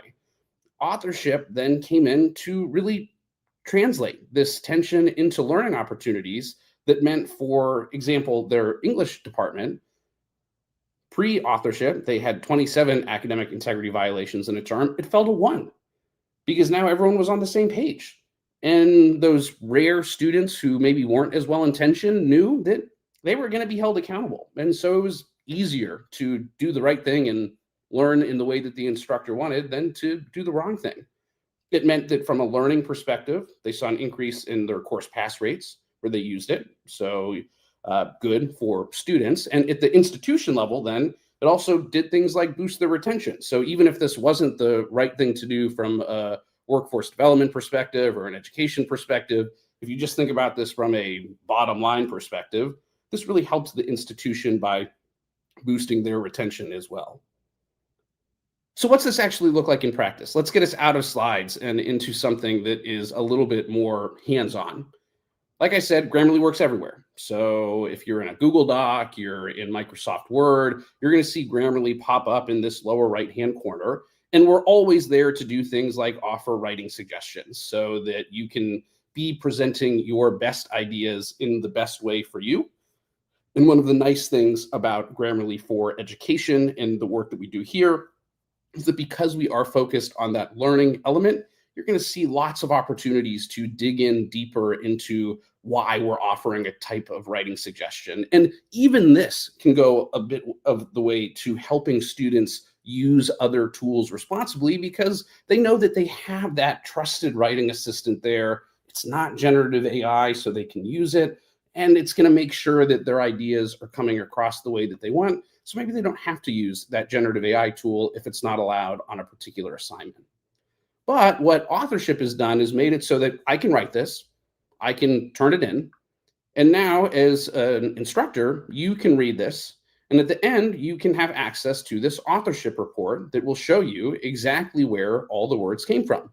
And it'll show you with a lot of detail so that you can distinguish between things that I typed, and that was it, I typed them, relative to things that I typed and then used maybe Grammarly's writing suggestions or some other spelling and grammar correction tool like Microsoft Editor or something to that effect. And that is different from something that I brought in from an AI source or that I just copied from a website like an academic journal, a news site, a Wikipedia. And that's different again if from what we just don't know where it came from. And I think it's really important that we made the decision to just be honest if we're not 100% certain where something came from, because this is what allows for that accountability and learning to happen. On the accountability side, it means that we know for a fact, if I come down here and say, hey, this is AI generated, it's because we can even link you to the conversation that I had with ChatGPT versus, oh, here's this from Wikipedia. It's because Grammarly saw me copy paste those words from Wikipedia, put them right into this paper. And that's different from something where untracked, meaning I didn't have authorship turned on when I was typing those words, or something from an unknown source. Maybe I was using an incognito tab, for example. And so Grammarly wasn't able to know where the specific source came from. You can see the implications of this from an accountability perspective, because it makes it so that for students who have access to this, for their instructors who also have access to this, there's a really clear playing field, right? We've brought transparency into the writing process so that everyone feels confident that if they do the right thing, there will be rewards. From a learning perspective, we also have these great new tools that make it so that if I want to, I can look and see how much time did I spend writing this? How many times did I come in and edit it? What does my actual writing process look like? So how did these words come together? So that as a student who might be interested in reflecting on my writing, I have new tools available to me to do that, and confidence that by using this, there's no concern about being accused of misconduct, because we can have a conversation where everyone's on the same playing field. From a learning perspective, you can start to think through some of the upsides of this as well, where how many of us have had conversations with students or maybe even their parents where they say, I don't understand why I got this grade. And you think to yourself, well, it looks like you didn't put in enough effort to get a better grade, if we're being honest, but how do you say that? How do you put it into words? Well, if you see that I spent 7, 8, 9 minutes writing this document, that might give you a starting place to say, well, Matt, it doesn't look like you spent very much time on this assignment. And there is some correlation between the amount of time you spend on the assignment and what the outcome looks like. Or looks like you only edited this once or twice on the same day. That probably isn't a best practice if you're looking to become a masterful writer in some sort of long form format like this. Things like this replay can help us so that if I come into an instructor and say, I'm struggling, now I can get much more tailored advice, because things that I potentially couldn't put into words in the past because I wasn't seeing that that was the problem, now my instructor can see and say, oh, it looks like you wrote that first paragraph in no time flat, came up with the thesis that I think is workable, but the moment you started trying to bring in evidence from outside sources, things came to a screeching halt. You're struggling with how to organize your thoughts, or maybe where to find ideas that are thinking about your overall thesis. So let's talk about those skill sets, because I can see plainly that that's what's happening. For students, it's easy to see this report, ultimately share it with the appropriate folks. You saw what I did here, put it in basically like a bibliography or a works cited piece of my paper. And what is great, again, is that while we have our Grammarly for Education partners using this, you could be using this too, even as an individual, if you're curious about how this new tool set might play out. Or you could reach out to us, and we'd love to work with you on how to bring authorship into your classroom more fully so that you can benefit from it. One of the interesting things in this work that I have seen is that for our institutional partners, this immediately led to a request to say, okay, Grammarly, you have access to some really interesting metrics for us around where words are coming from for our students, because of course we have guesses in terms of, hey, we think that they're using ChatGPT, or we think that they're using Claude, or we think that they're using this, but we don't know for sure. Authorship for those institutional partners also gives you real insight into that, because you get access to analytics that tell you not just are people using the tool, but you can also see where words came from at scale, so that you have a better understanding of when students are writing, where is it coming from? How much of it is them fully, and how much of it is being augmented or supplemented by AI sources? And what are those sources? So is it the ChatGPTs, the Wikipedias of the world? Hopefully for colleges and universities, you're seeing some of the academic journals that you give students access to as part of this. But then this can help inform your conversations in real time about what tools students are actually engaging with versus what tools they're not actually engaging with. So that instead of guessing, we can have these conversations in real concrete terms to say, okay, if ChatGPT is the tool of choice for AI, let's talk about ChatGPT and some of the pros and cons of using that. If Wikipedia is the main place where you all are bringing in outside information, let's talk about Wikipedia and some of the benefits or potentially some of the drawbacks of what this looks like. Fundamentally, though, all of this learning is being supplemented, not just because of authorship, but because we're helping students become stronger writers naturally. You see things here around my writing progress in my account that helps me keep track of how is it that I'm doing, what kind of tones am I using, but also giving access to Grammarly's team of linguists to say, if there are certain concepts that I am clearly struggling with, I can always click in to learn a bit more about that. So come in and say, hey, let's learn a bit more about modal verbs in this instance and see how I might be able to change my own writing process so that we aren't just thinking about this from an accountability perspective, but we're really trying to turn that into something that is an opportunity for learning.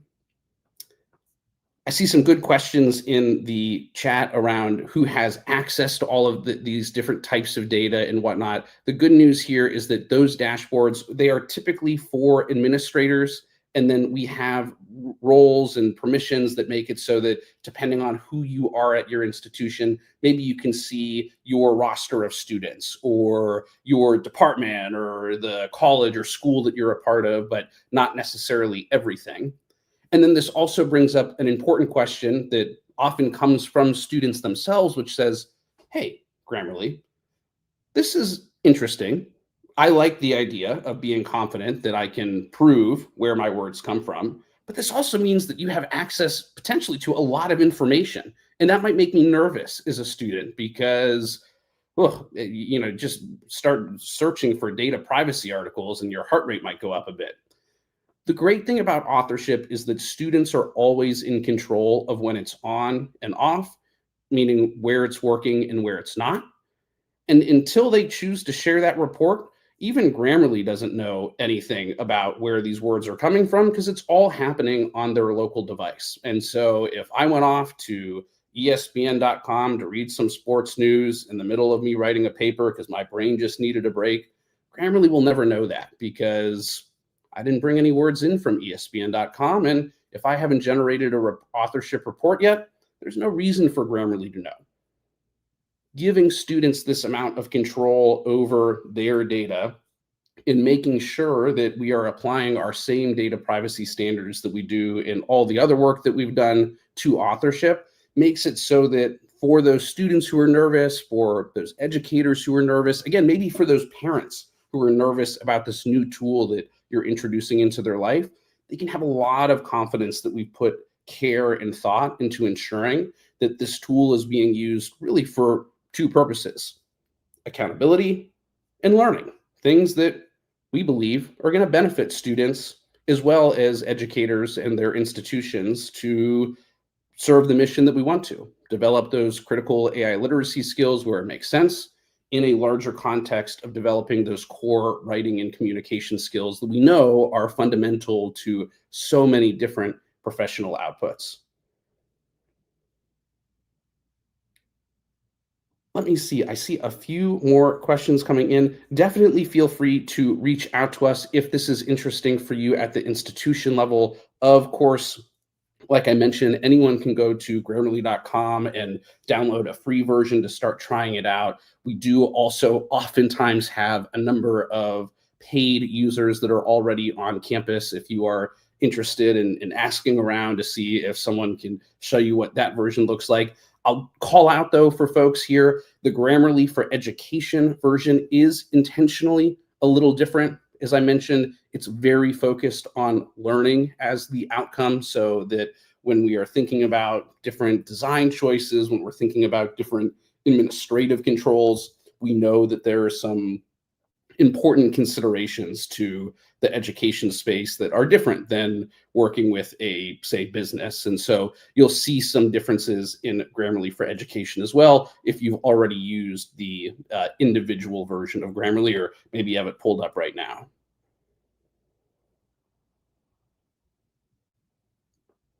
Yeah, some questions too around what other tool sets this works with. Certainly Microsoft Office, yes, right? We work with about 500,000 places, but in the education landscape, probably the ones that come up the most are the Google Workspace, we work there, Microsoft Office, we work there, as well as all of your major learning management systems. So think of Grammarly as working anywhere where there's a text box that can be more than, a word or two of text. And the reason why we don't work in those text boxes with just a word or two of text is oftentimes that's you typing in personal information or something to that effect. And we don't need that. You probably aren't going to make a grammar mistake when you're typing in your name.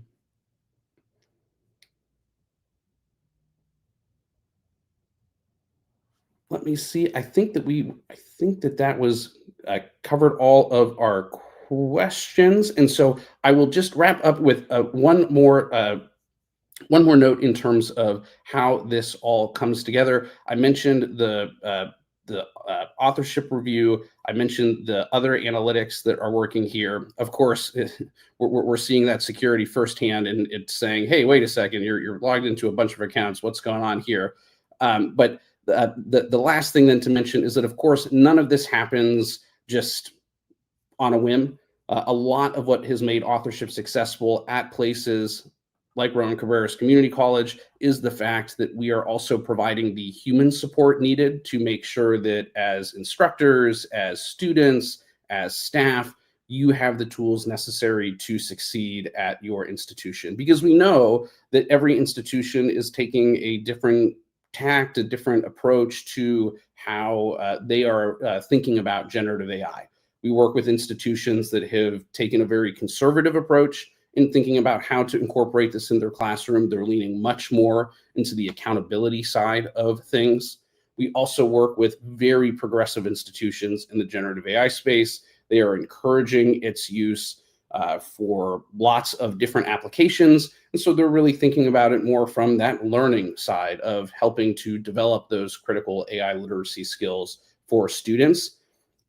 The nice thing about the human support that gets provided is that it's very customizable, so that we want to tailor the support that you get, not just from a product perspective, but also from a human perspective, to make sure that you're getting the help that you need in the way that you and your students need it, so that ultimately, whether your goal is reducing academic violations, improving pass rates, improving retention rates, whatever that might be, you have that opportunity to be successful on your terms.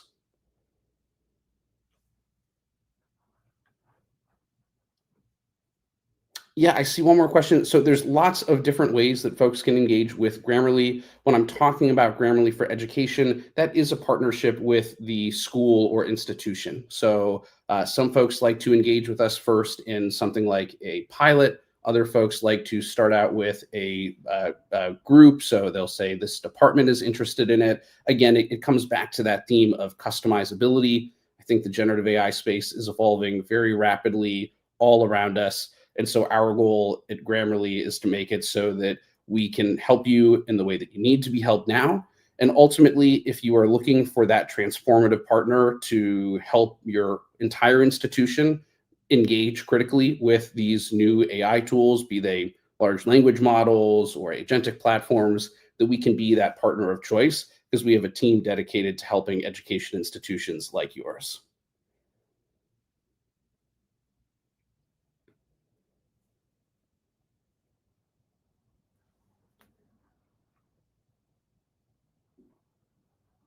Yes, I definitely agree with the idea. A big part of what makes authorship unique is that it helps us move away from this binary, you can use generative AI or you can't, because it's hard to use just intuition or detection tools to have a precise conversation. It's a big benefit that you can help students understand that, look, if a couple percentage points of your words are coming from a generative AI tool, that's totally fine. You still want to cite the work so that we can have the conversation about what that did to your paper.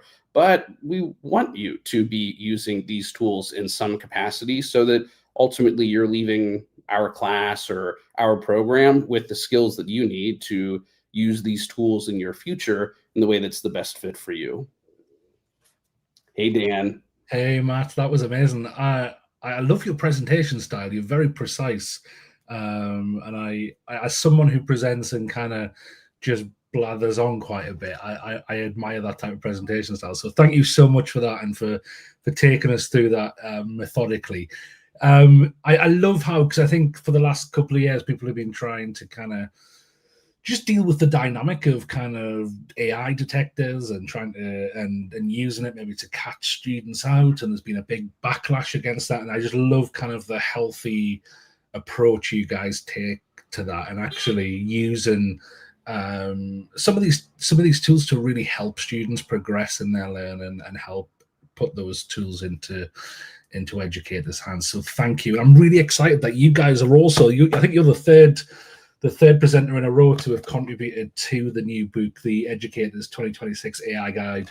And Jenny Maxwell, who is the head of education at Grammarly, has contributed a small article in here. So if you want to know more about Grammarly and get their perspective, check out the book. I've just put a link in the chat where you can go through to the resources and get a link to the book as well.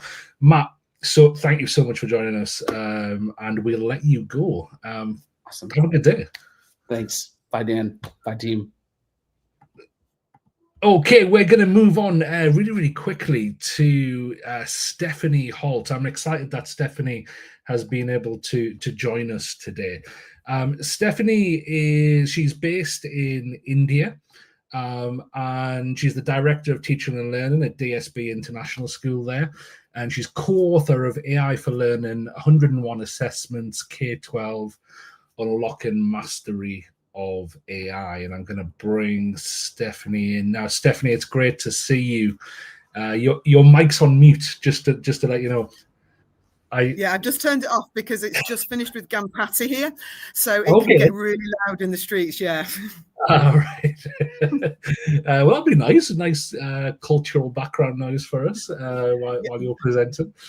Well, hopefully the theme track won't be too distracting. So fingers crossed. And thanks, because it's I guess it's late for you now, is it? I can see it's dark out the window. So yeah, it's coming up to 8:20. So yeah, it's dark for me. Thank you so much for joining us at this late hour for you. And I know we met in person. I think it was it Bahrain a few months ago? It was Bahrain. Yeah. And you give me a copy of your new book, and I would have held it up right now, but I'm moving house, so it's in a box somewhere. Hence the empty shelves behind me. But it's a great read and a great practical resource for educators. Anyway, Stephanie, I'm going to hand over to you. I'll bring your slides in, and I'll bring myself out. Thank you so much for joining. Thank you, Dan. Just while I'm waiting for my slides. Yeah, so I'm going to focus today, and I am a classroom practitioner. I spend 50% of my time in the classroom, but I also do a little bit more, and I'm also doing doctoral research into AI assessment and metacognition and where they intersect. But everything that I do is based in the classroom, and it's how do we support the students? Because if it doesn't support the students, there is literally no point in doing it. And because Dan didn't have my book, here is my book. You can get it on amazon.co.uk, and you can also get it at a reduced price, I might add, from our website. So you can do that as well. I'll flash that up at the end just in case you didn't catch it there. Just to say that all of the things that I'm talking about today have been practiced in the classroom and practiced by many teachers. Our AI journey has been quite a long one, and we've been using it since its very inception, particularly as the students have bring your own devices into school. So one of the things we grappled with early on was using AI as a thinking partner, not just an answer machine, because the genie was let out of the bottle. We couldn't get it back in. So, and also it's a pretty cool tool, but we just wanted to harness it and look at, how do we move them on? How do we stop it from being passive? And how do we make it augment their learning? So basically, we also thought that it can democratize access to feedback, coaching, and ideas, because in India, most of our children have outside tuition, with one or two not doing. And it was about, how do we ensure that our students have access to all of it from the power of their phone or the power of their laptop. This came about from a study that myself and Alexander did way back when, which we were looking about of how, when we wanted to look at how to support children in the classroom, what on earth did that actually mean? And because we are still, an exam-based focus, we looked at the examinations, and all examinations are pretty much based on Bloom's. And so we started looking at how AI can support that. And now at the bottom end, we still need a lot of human interaction. We need that pedagogy going. But as the students become more independent, they move through to andragogy and then into hertagogy, where they go through and take their own interest in their own way and their own space. So the first thing that we did as a school when thinking about AI was to really focus on metacognition, not to focus on the AI, not to focus on the plagiarism, not to focus on one particular tool, but to focus on metacognition, because this was where we were starting to see the children become very passive, just put something in and it spits something out. So we thought, well, let's take that back a few steps and let's see how we can support the children to be aware of their own learning and then deepen their own learning. So, and because especially as AI can provide real-time feedback, recommendations and scaffolds, and we can start to lean into the Bloom Sigma 2 research, which basically showed many years ago that the best model is a one-to-one tuition model, with that reactive space, but as in a classroom with maybe 1 to 24, or when I used to teach in the UK, 1 to 36 I used to have on occasion. We don't have that ability to be able to support all the students in real time all at the same time. And most importantly, we wanted to use it to support each learner to build their own agency and to be able to make the right choices. So, and we wanted to very much have it so that AI became a co-pilot in the thinking process and not a shortcut. So basically an active process, not a passive process. So we were thinking about, and I know that Bloom's is not necessarily a hierarchical structure, but unfortunately, the IB, the GCSEs and the A-levels are set up that way, but it was how we move them to that surface and how we make it meaningful within that system. So we took Bloom's apart, first of all, and thought about how, because there are certain times where you want to test knowledge, where you want to test comprehension, and where you want synthesis. And it's about taking it apart and looking at activities that would fit within those critical thinking areas that AI could support with and be a tool to support more with. And we found, as you will see in our book, for all ages, that taking it apart and making it age appropriate really worked to help support our children and to help support their metacognitive knowledge and their metacognitive strategies. Very soon, we came, very soon after Chat 3.5 was around, we introduced the traffic light system into DSB for both students and teachers. So we made it very simple in that we show this on every piece of work.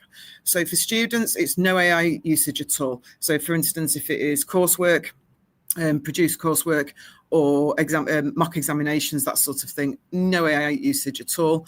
Amber, some AI usage for drafting research, and we make that clear where we want the AI usage to be. And green, it's like, have some fun and we'll teach you some more. And actually, quite a lot of the time, the students support us and teach us new stuff. And so it's a two-way process, which is really nice. And we also had put this in for teachers as well. So like when we're looking at, AI as a tool, we were looking at where we should best use it. So we looked at red, where AI is a hindrance, not a help. And again, if it's produced for coursework or examination work, then perhaps at that point in time, it can be a hindrance in the production of that. Whereas a more amber would be supported with human mediation, with support telling them precisely where and what they can use with it. And then green as a co-creator and a tool to make it really, really simple. And this traffic light is everywhere. So one of the first activities that we thought about, and because it's quite difficult for children to develop their metacognitive thinking, is to develop their own strategies of what that actually means. What does it mean to think? We're basically asking to see inside teenagers' heads. Now, I think you'll agree with me that seeing inside teenagers' heads is not always a benefit, but in terms of learning, it really is. So there are some AI tools that we use, for instance, Gemini DeepThink, which verbalize the reasoning and give that model for the reasoning that's behind it. But this works in partnership with the teacher verbalizing their own modeling process as well. And again, when they've got this thinking aloud process going, they can critique it, improve it, and compare it to their own when they're looking at the AI thought process. We've done quite a lot of work with Google Gemini DeepThink, especially now it's part of the school suite. We are a Google school, and for the students older than 13, this has been really useful. But particularly, sometimes it acts as a, oh yes, I do it like that too. And sometimes the students go, no, I don't do it like that, but my way's better, or, oh, I'm going to try it that way. So it's giving them extra strategies. And it just makes that thinking visible and discussable and brings it out into the open. And we're finding that that's really improving their depth of analysis and their depth of thoughts into their own work. Again, making it active, not a passive process. We also use feedback cycles. This enables students to get feedback straight away.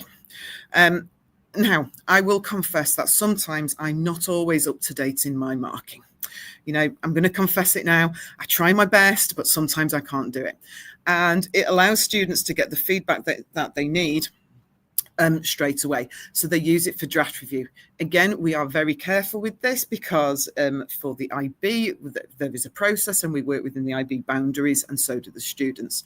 But we also get the AI to generate reflective questions, and I'll come on to that later, to ask the student to have questions about their work, which they can then think about, review and move forward with. And also to explore multiple perspectives. So have they got it from just one point of view? Is there a different reason? You know, would something else change that? Now, especially as an English teacher, this is key to what I teach. And I know the historians out there as well like this too, and also the mathematicians, because they sometimes try different methods and put it through this. So it just, again, allows the child to think. It's not just, because sometimes they rush, get it finished, get it, you know, they want it done. And this makes them slow down a little bit, pause and think a little bit more deeply about it. And then prompt engineering. Now, those of us who have used chat and the other AIs for a long time, we know that my AI, I will confess, is my friend. It helps me out. It knows me. I was most upset when it changed to chat 5 and it didn't know me as well. And we've had to get to know each other a little bit better.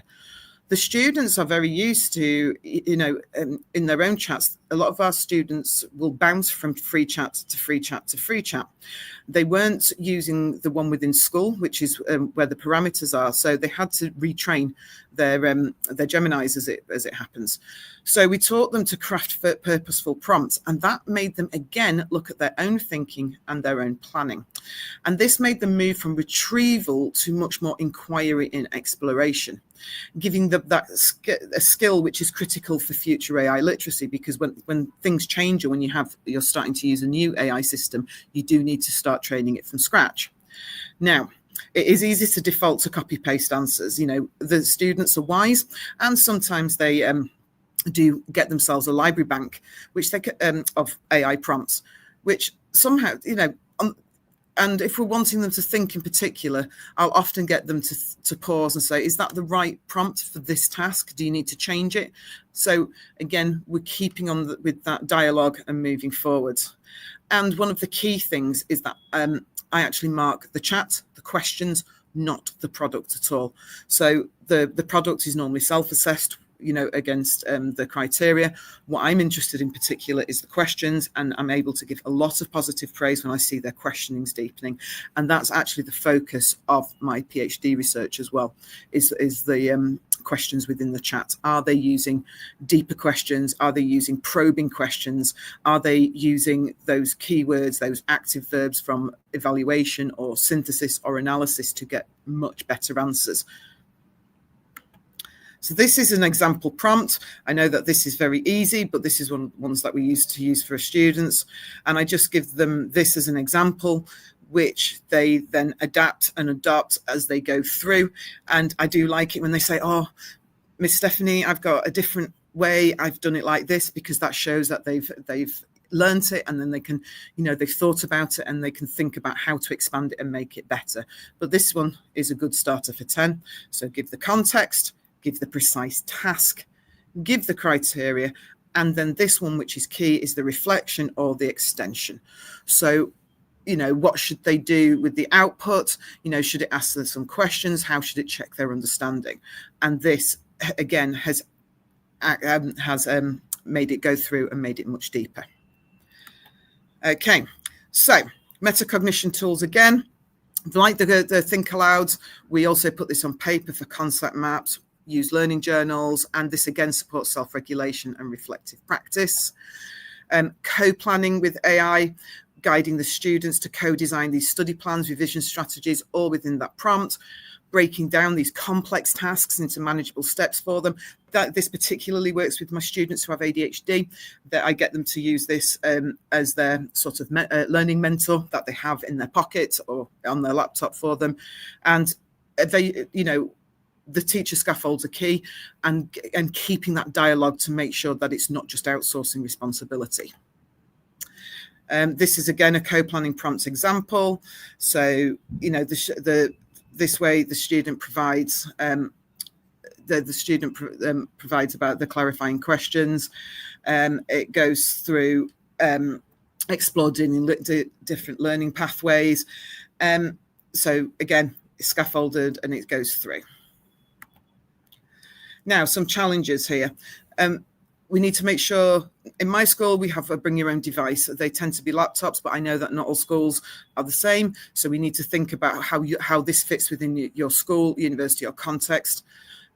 I think teaching the students has made them stop over-relying. They were, but we've moved them through as we showed what a powerful tool it was, and we showed how much better it made their work. That's where we got the buy-in and we got the motivation. And the data and privacy concerns, again, we've heard a lot about ethics tonight, and I think this is key, and that's why we point the students in the direction where we can within school. Outside of school, we don't have as much guidance, but we guide the parents as well to support us in our efforts. So, in terms of takeaways, we've got the thinking aloud, the feedback cycles, metacognition, where AI is up for next, and then amber, prompt engineering, co-planning. But red, we need to make sure that there's equity, that we question the biases, as was in a previous conversation, and there's not over-reliance, because at the end of the day, AI is a tool, and what should always come first is the students. So there's my book. I'm just going to see if there's any questions. Well, I've just got a couple of things. Can I give examples of how I've used AI to generate feedback and to model thinking aloud? Yeah, I've asked it. So, I've put in the prompt, can you give me a model of a thinking aloud? And I've put that up on the board to support the students. And I can change that and make it suitable for a 13-year-old, suitable for an 11-year-old, suitable for an 18-year-old. I just change the prompt and then show the students. And then once we've modeled it and learned it and practiced it, this then becomes naturally, and I can remove the scaffold. To generate feedback, the prompt I tend to use is I upload whatever the criteria, the rubric is that we're using, and then I say, give me 3 areas where the student has done well, and 3 areas which need to be improved on, something as simple as that. Or if it's older students, it can sometimes be more in depth, but a lot of the time it's 3 + 3. And I think I'm just looking at those products. So Dan, I can see your beautiful face smiling back at me. That must be the sign that I'm coming to the end. I was rattling through. No, you got there right on it. I'm well impressed, like a professional. Thanks, Stephanie. Really appreciate that. And I'm sure you saw some of those comments there. People were really loving that and making a lot of notes. So there's a lot of value in there. Thanks so much for sharing that with us. We really appreciate it. Always a pleasure, and thank you. Thank you very much. Take care, Stephanie. Right, we're going to move straight on, and we're going to invite Amanda to join us. Amanda Hatcham is Head of Education at Zaka AI and designs practical AI and data science programs professional. I'm so glad she can join us and share her expertise with us. Amanda, thank you for joining us. Thank you, Dan. Thank you. I'm going to hand straight over to you so you get the most out of your time. So I will jump out and bring your slide. Okay, perfect. So first, thank you for this opportunity. I'm not going to waste the 10 minutes I have, and we'll jump right in. So I'm here today to tell you about our initiative for AI in education, which is our main product, if you want. It's called Seeds. So before we jump right into Seeds, let me give you an idea about what we do at Zaka and who we are. We are an AI community-driven company. Our goal is to democratize AI in the MENA region, and throughout the last 6 years, all of our focus has been on upskilling individuals on the use of AI across different industries.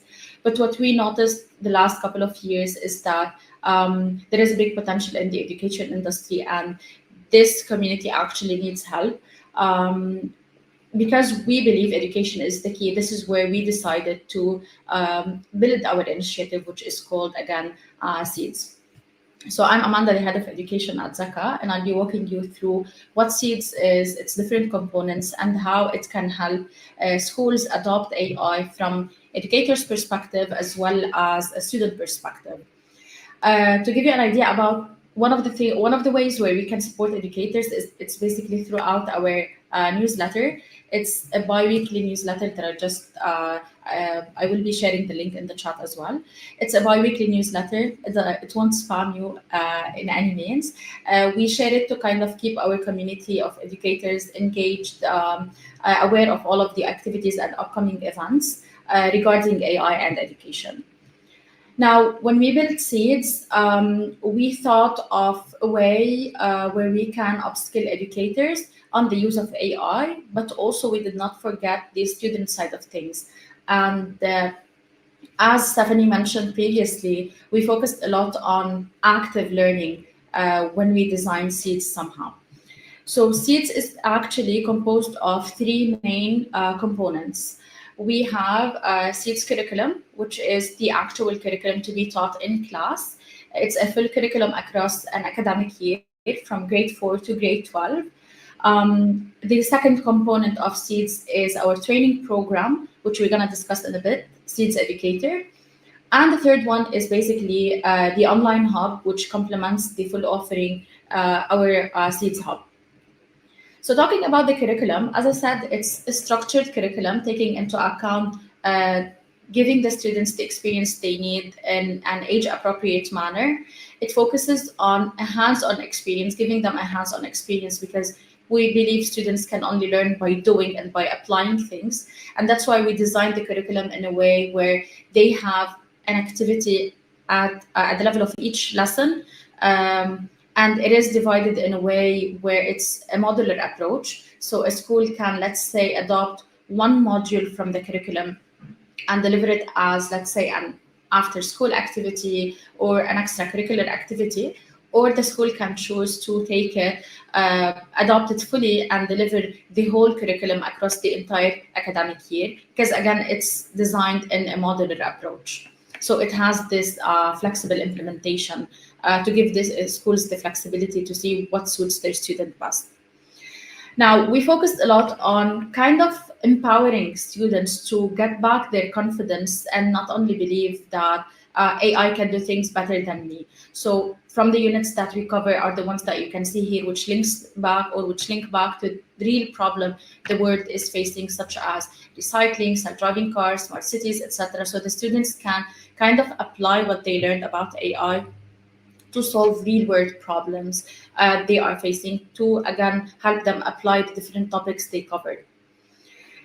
And since we believe this cannot be done without educators, that's why we created our 3 levels training program for different educators. The first of which is what we call Zaka Certified AI Educator.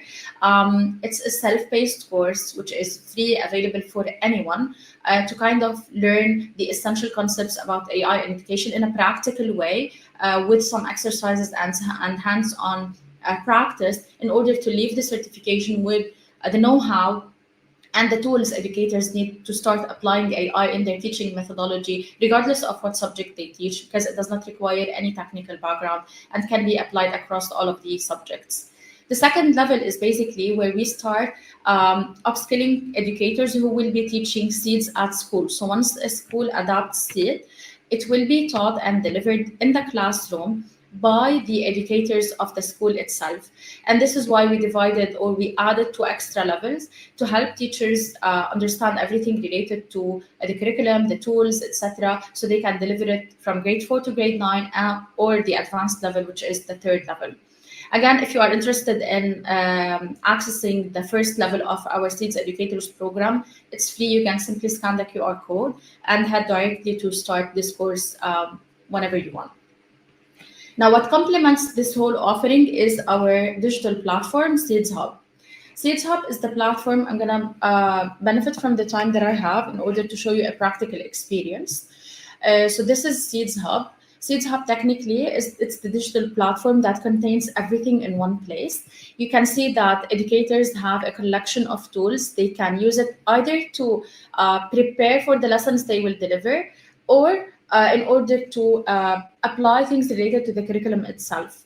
So, for example, a teacher can choose to the tool like Tailcrafter, Unit Planner, Lesson Differentiator, and so on, in order to apply whatever she needs to prepare for her lesson. Now, for the educators who will be delivering seeds in class, they can directly jump into the Knowledge Hub, where they will have access to all of the material they will need. For example, including the lessons, which will be displayed in class for the students to understand and to walk them through the different topics to be explained. For example, here we start with understanding data in a very engaged way. Students will be applying some activities. They will jump into like drag and drop activities, flashcards, or they will build actual projects at the end of each unit in order to give them this hands-on experience that they need. So we can make sure what they learn stick, and it's not just a lecture, because we designed it in a way to have a student-centered class to engage and maximize the experience that students can get from the curriculum. Now, in addition to this, as you've seen earlier, beside the Seeds tool and the Knowledge Hub, we have the feature of My Classes. So whenever a school adopts Seeds, educators and students will be automatically added to the school we will create, and thus the educators can create classes where the students are automatically added. So for example, as you can see here, once the any teacher, let's say if I want to create a class called Seeds, which is technically to be taught for let's say grade 12, I can choose the tools I want to give the students access to. So if I randomly selected some of these tools and then I choose to create class, you will notice that directly the students are added to this class, because it's based on the data shared by the school itself. And then after that, whenever a school or a teacher creates an activity, because we believe in the gamified approach in order to give the students or to let them learn through the playing games, whenever a teacher creates an activity on the hub, we do have one of the tools that we've seen earlier. One of them is to create flashcards and activities to be shared with students. The teacher can automatically push this activity to the class. As you can see here, you can see I already have some activities assigned to the students in this grade, and the students will get like a notification that your teacher pushed an activity that you need to complete, and so on. So what we try to give is basically the entire experience for teachers and for students in one place. And one very important thing to note is that our curriculum heavily focus on ethical concerns, and we teach educators from one side during the educators training how to use AI in an ethical way, but also students, while you apply this, keep in mind the ethical concerns you might face. Amanda, I love, you know what, we've had questions all like yesterday and today about curriculum for students, and I love the way you presented that, and I love what you put together, and the fact that it relates to real world issues as well and real world problem solving, I think is amazing. So please do check out Seeds by Zaka. I think instead of going away and making your own course, you've got something that is ready made and is amazing. So thank you so much, Amanda. Thank you. Share some resources with me if you want me to pass on to everybody. Yeah, I will. Amazing. Thank you so much. Take care. Bye-bye. Okay, right, next we have got, this is kind of the speedy bit of today. We've got John. John is the Chief Operating Officer and the co-founder of an amazing tool called Snorkl. I love it. Whenever I'm in schools, I show it to teachers. I just think it's got so much potential and teachers love it as well. So let me hand over to John. John, good to see you. Hey, Dan, good to see you. Yeah, I'm going to hand over to you. I'm really tempted to make comments about what's on your head right now, but I'll just leave it to you so that you get your time. We're attention seeking. We go to conferences and people stop us, and we also get a chance to stop into a lot of schools and wear our snorkels, which we have a lot of fun with. My name is John. I'm one of the co-founders of Snorkl, and I was a high school math teacher for 10 years. My co-founder Jeff was a 5th grade teacher, and really excited to get to share Snorkl with you right now. If you're watching live, if you want to drop into the chat, if you've seen Snorkl before or used Snorkl before, would love to hear from you. And also hope to be able to answer a few questions. But what Snorkl is a tool that allows students to record and explain their thinking in response to a teacher's question. And then we use AI to give them really immediate personalized feedback. Oh, I see some familiar names there. Hey, Remy, great to see you all. So we give students feedback on their thinking. And part of what makes Snorkl so unique is we can actually change what we're accomplishing with students in the classroom, right? We can actually raise the bar for our students' output. We get our students talking more in class, and you can do this in any content, any grade level, K-12. So this is what Snorkl looks like on the inside. This is the teacher view. And if you come in here, you can actually find pre-created activities from our library. We have math, science, ELA, world languages, history, you name it. If you use Illustrated Math, there's IM cooldowns in here, pre-built edu protocols as well. So there's lots of pre-created content. You can search by standard, search by topic. You can also create your own, so you can upload and create your own using your own curriculum. But the core part of the Snorkl experience is what I really want to make sure I share with you today in case you haven't seen it. And so this is what students experience when they open up a Snorkl activity. They see a question from their teacher, and they've got different tools to respond. So they can draw, they can highlight, they can type out text or insert equations. And then when they're ready, what makes Snorkl really uniquely powerful is we get our kids talking more in class. We get our kids explaining their thinking. And Snorkl captures not just their answer, but their thinking process. So like I said, you can do this with any subject area. This happens to be a middle school science question asking us about some information here from this table. So I'm going to make a quick response just so you can see what happens. I'm going to press the record button. Snorkl begins capturing my voice, and it captures what I'm doing on the screen. So it's asking here, which of the gases listed in the table could be the same? So I'm looking at the 4 gases here. Gas A, it looks like, is flammable. Gas B is not. Gas C is not. And gas D is also flammable. So both of those are flammable. And actually, if I look at the densities here, I see both gas A and gas D have the same density. So I'm going to say gas A and gas D could be the same gases. All right, so I just recorded and I explained my thinking out loud. I also put some cues there on the whiteboard. When I press that submit button, the AI analyzes the student's visual and verbal response to give the student personalized feedback on their thinking and explanation. So again, like I said, we're getting our students talking and explaining more. We can give them feedback not just on their answer, but on how well did they explain their thinking? How well did they justify their reasoning? How well did they analyze that reading passage? How well did they explain their process in math, whatever the task is? All right, and what pops up here on the right-hand side is some feedback and a score for me. So I got this correct, and it gave me a really strong score for my explanation, for justifying my thinking. We're going to celebrate what's going right in student thinking, so we're going to praise that. And then we're also going to ask them questions around things that went wrong or maybe where they could improve their response. Students can have that feedback read aloud to them. We will adjust this feedback so it's grade appropriate. So we have folks using Snorkl all the way from kindergarten through AP Calculus, AP Physics classes. It's really versatile in what you can do with Snorkl. And we will adjust it to the appropriate grade level, like I said, but teachers also have control over what the AI is looking for in student responses. And so when you set up Snorkl activities, you can actually align it really specifically, really powerfully with your curriculum. The AI will actually do the work to set that up for you, and it will show it to you and ask you, is this correct? Is this what you want? And you can customize and edit that. So it's not just student responses going into this black box of AI, but it's really going into this really highly personalized, specific way of measuring and understanding student thinking, getting our students talking, explaining more, giving them instant feedback. And if you walk into any classroom where kids are snorkeling, you'll see that they are using that feedback right away to respond again and improve their response.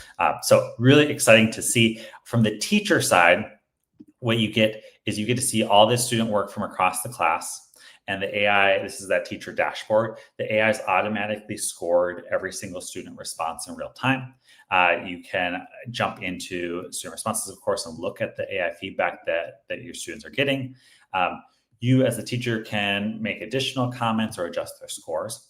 And then the AI will also analyze the class as a whole to show you trends and insights. And so the Insights tab here will actually show you some of your top student responses from across the class. It will also show you some of the trending errors or mistakes that students are making.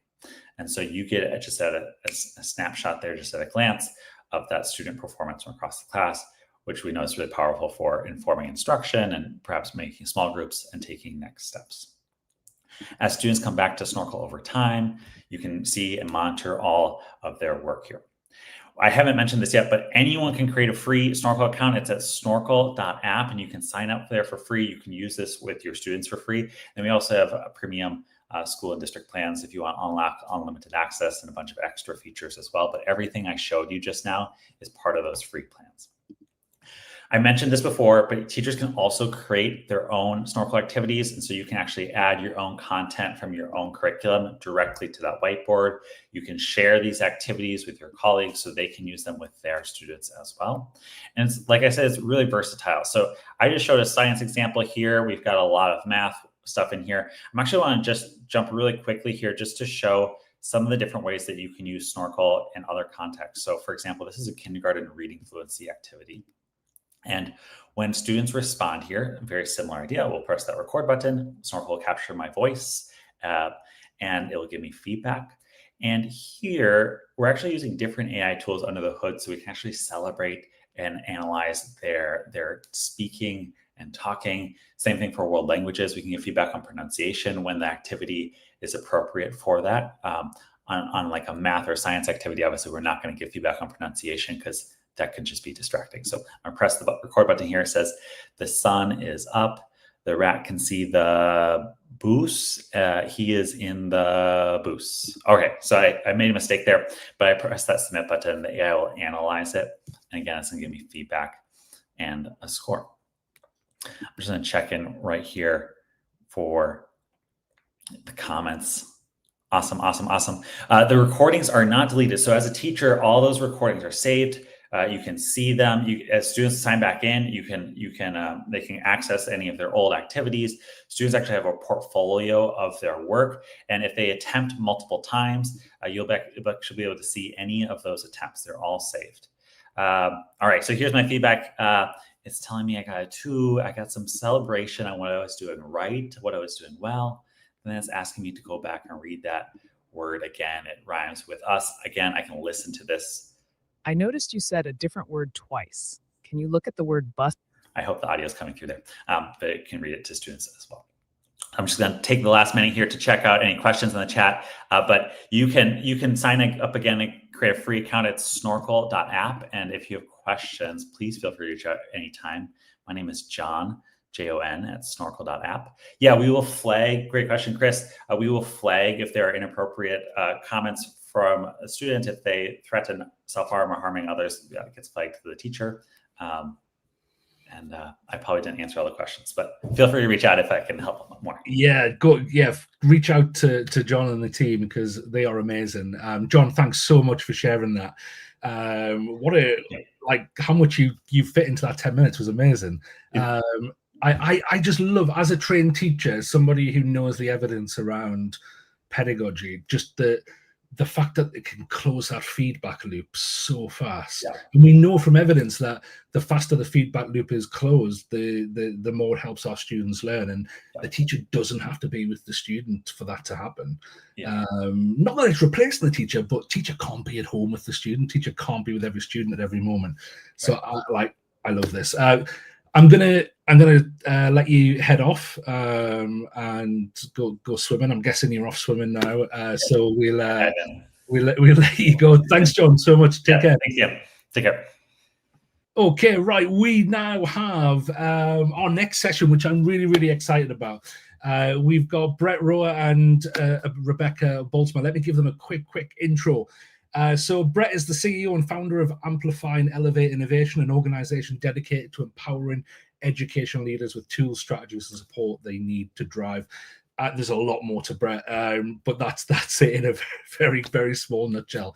Rebecca too, I'm no doubt you will have seen her online sharing her wisdom. She's an internationally respected AI trainer, speaker, and consultant who has empowered thousands of educators and leaders across Canada and the US to confidently integrate AI into K-12 education.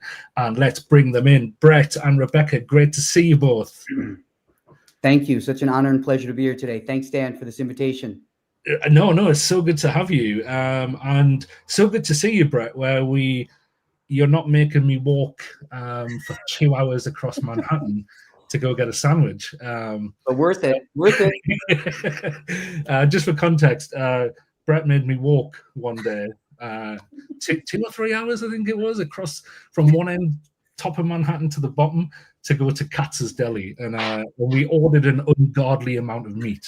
Like literally everyone in Katz was staring at us. It was, but it was good. It was good times. Anyway, I'm going to hand over to you guys. I'm really excited about what you're going to share right now. So I'll pull myself out, bring your presentation in, and then go. Amazing. Well, again, that was quite a peak moment that we're still talking about a year later. Welcome, everybody. This is such an honor to be here today. I'm honored to be presenting alongside Rebecca Bultsma, a true leader in the field of AI, ethics, and innovation. So 1 year ago, we had the opportunity to start working with a school in California with the audacious goal of delivering AI PD to every single stakeholder in their community for an entire school year. About midway through the year, they asked us to help them codify some of these best practices in AI policies. And so through our research, we've been exploring appreciative inquiry, aka the other AI. And so we decided to see if that could work, and we're honored to share those learnings with you today. So the first mindset approach that we took is we really had to start with working, instead of what are the issues, the challenges, what's quote unquote broken in the implementation of AI, we really brought on everyone as partners in this work and recognize the resistance to get to those next steps. And so Rebecca is going to introduce herself, and she's going to walk you through the beginning of the process we followed. And we hope this helps you as a roadmap to emulate in the future in the schools and districts you lead. Rebecca. Thank you, Brett. Hi, everybody. Nice to meet you. Brett gave a good introduction, but really the focus of what we wanted to do and what we decided to try with this school is, again, like Brett said, to start from a place of, instead of what's broken, making people partners. And so we decided to see if we could work together with everybody. And we're going to share with you the process we used, answer your questions, and then provide you with some resources that we used throughout the process that you can use to potentially do this in your school as well.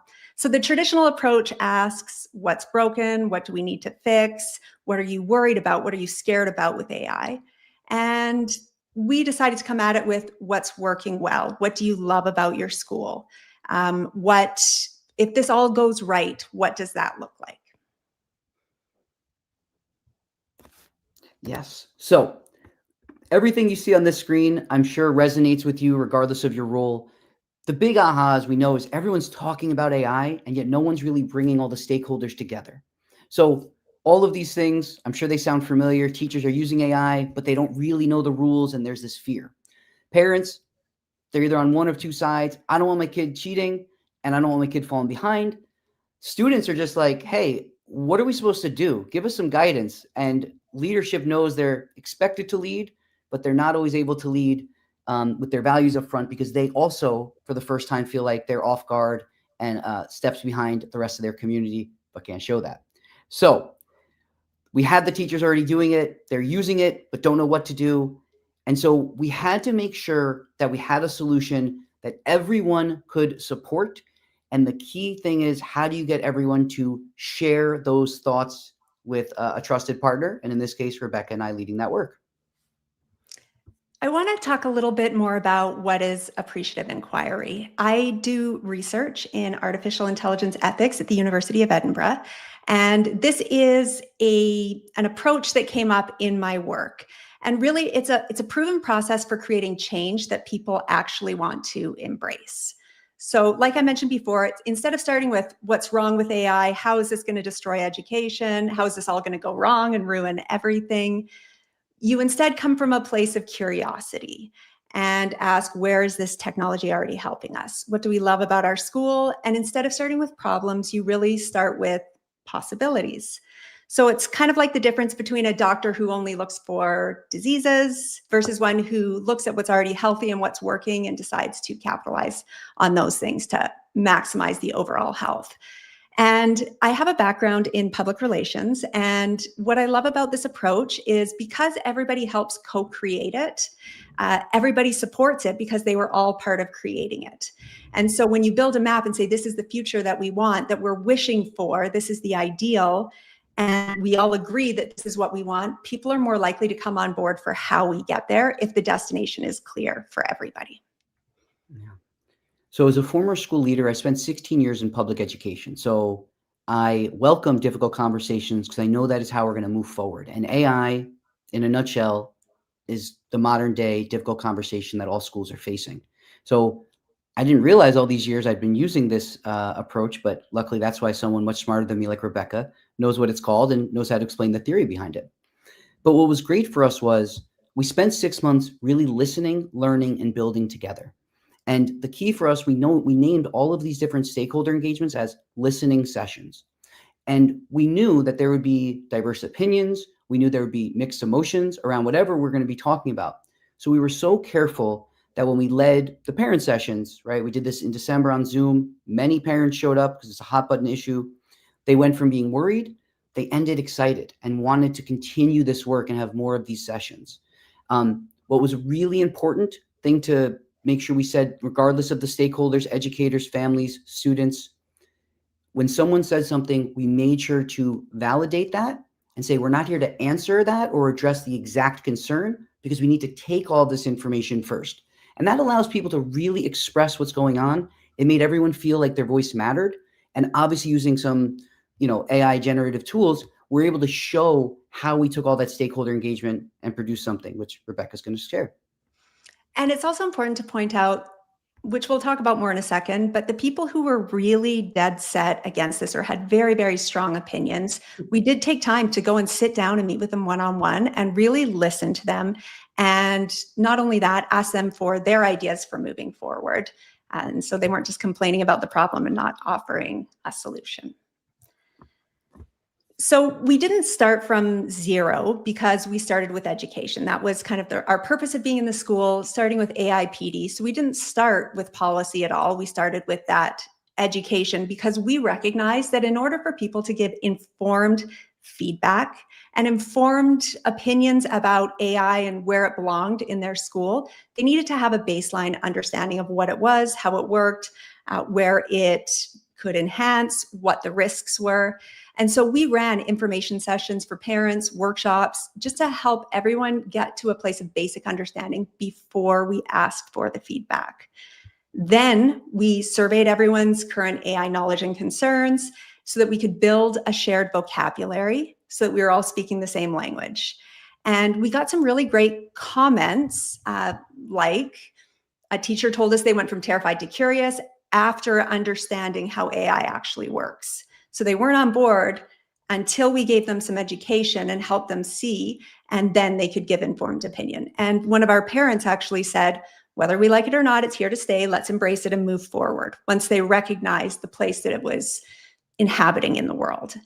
The students told us that they actually didn't want to use it to cheat. They wanted to learn, but they wanted to have the freedom to explore it. So these are some of the takeaways that we had. And it was really, really interesting to get all of those different conversations and realize where they matched up and maybe where things differed.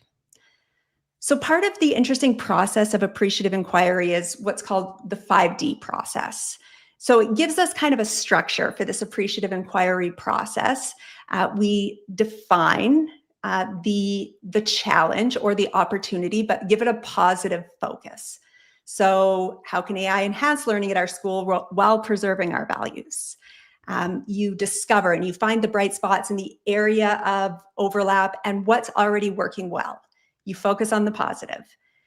You dream together. You ask everybody, if this all goes right and our school becomes a paradigm, a model of AI use in education, what does that look like?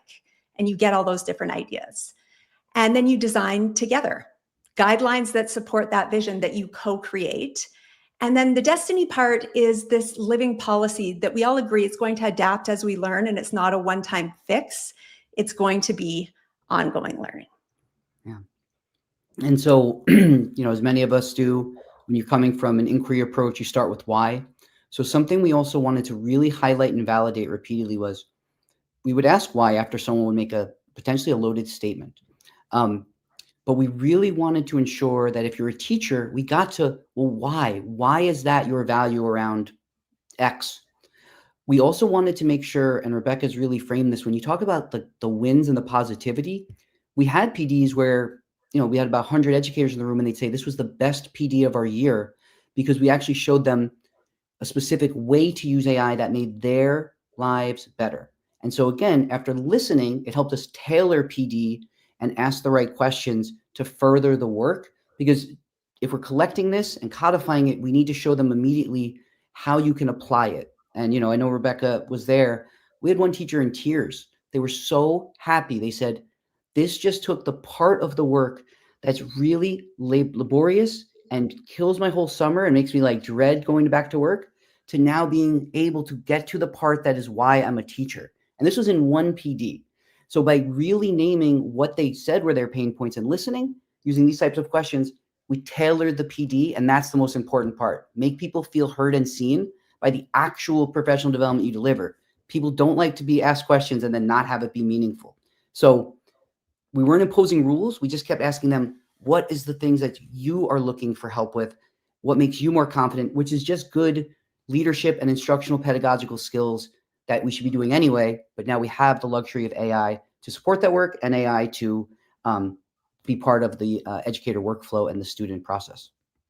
And I think a part that really helped this along is we would always report back. Here's what we heard. We developed what we heard reports for here's what we heard you say. If there's anything else you'd like to add, please let us know.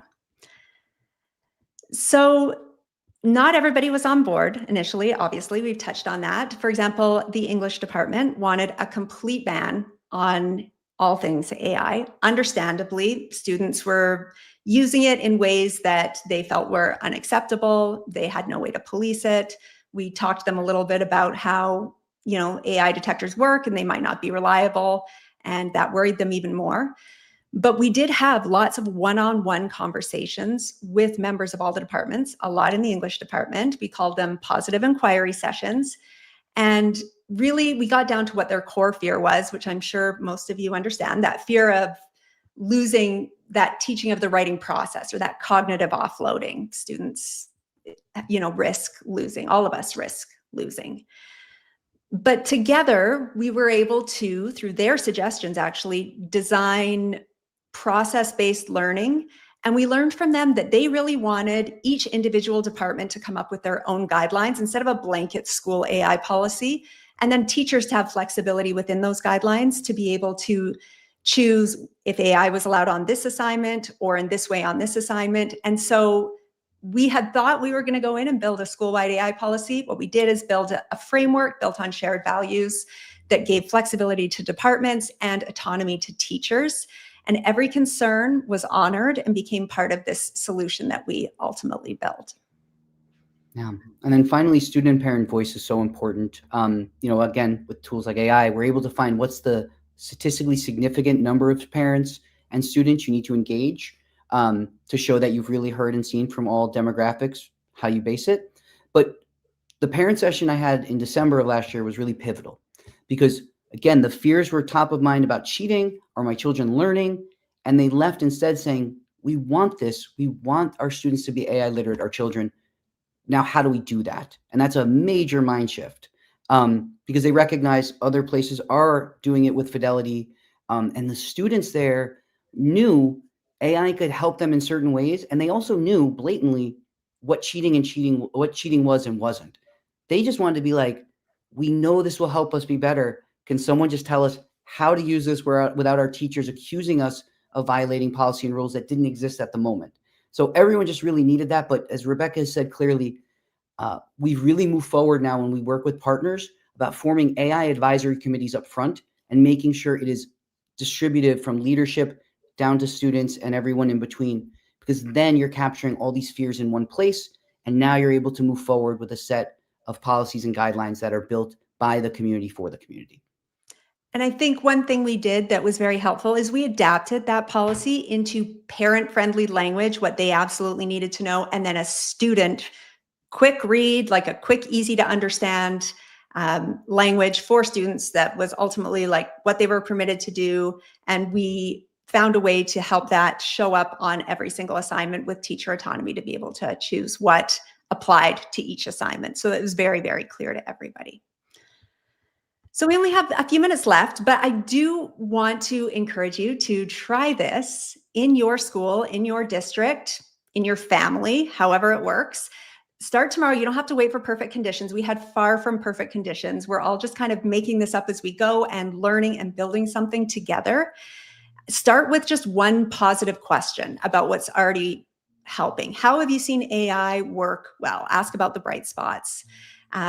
Ask the appreciative questions. We're going to share with you a library of some ideas of these questions that you might want to use. And then figure out who the champions in your school are. And as somebody who worked in a district for a long time, I'm going to tell you it might not be who you think it is. Look for your champions in your communications director, which was my role, in maybe a school secretary, maybe a parent volunteer who's there 4 days a week.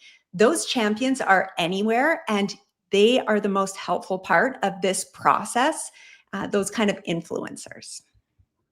Yeah. So first, again, sincere thanks to all the educators out there who are doing great work. We have about 2 minutes left. Please, if you're someone who follows social media, please find us on LinkedIn. Continue to hear about the work we're leading. And we have about 2 minutes left. We'd love to turn it over to questions at this time from the audience, I guess, using the chat below. I see a question from Connie. Yes, Connie, we actually did use AI to help us analyze the data from the groups that we met with and to pull out main themes. We were careful to anonymize the data. So we took out any identifiable, email addresses or names or things like that. But we did use that to help us put together our what we heard reports and to synthesize maybe the student and the parent information and figure out where they overlapped or where they differed. So we absolutely did use AI for data analysis.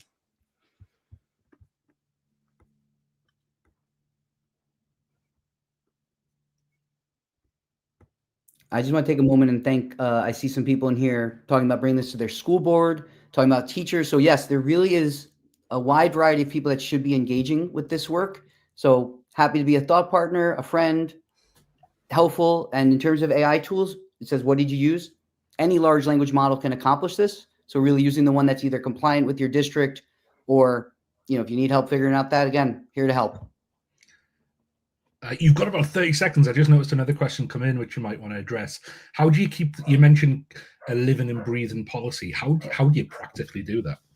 I'll take that one. So when we encourage schools to create sort of an advisory board with a parent and some students and maybe a school board member and administrators, we encourage them to meet regularly, and during that time, analyze or evaluate the policy to make sure it still applies, doing quarterly surveys or engagements, sending out the policy, asking for feedback, and then looking at that when you all sit down together.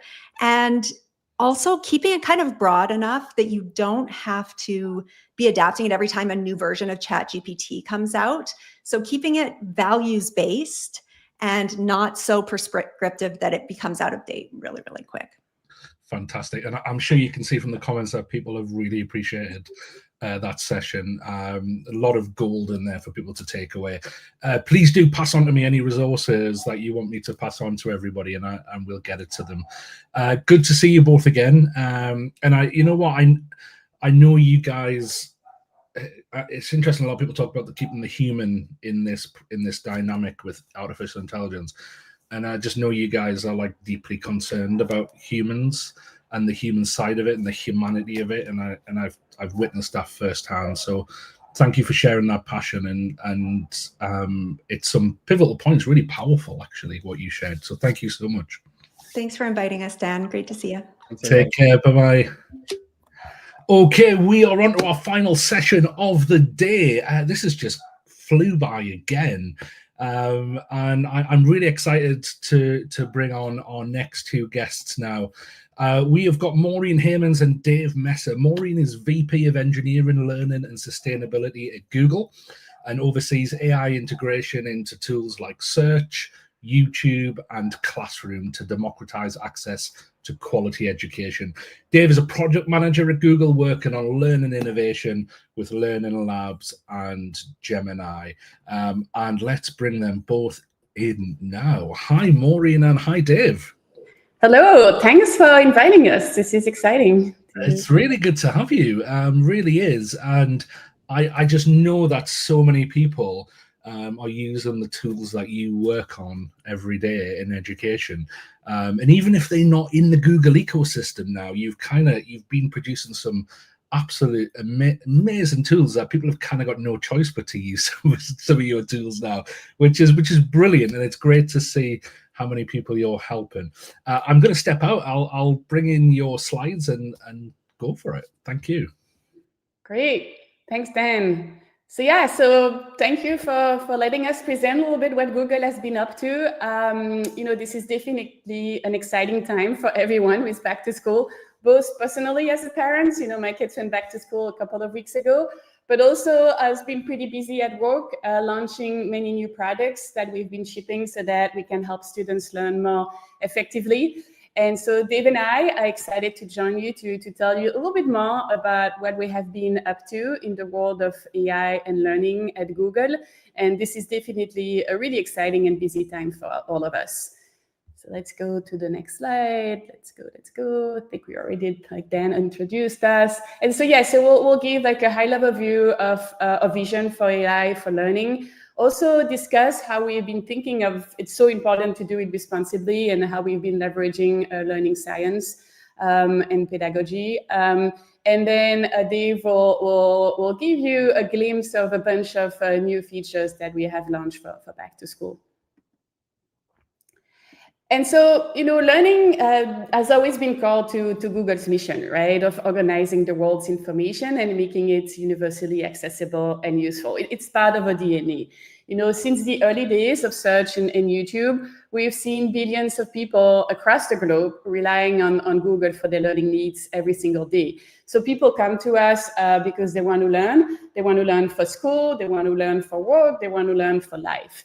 And so now it's super exciting to see how AI is going to transform both learning and education in profound ways. And as a matter of fact, we recently commissioned a research with 7,000 European teens.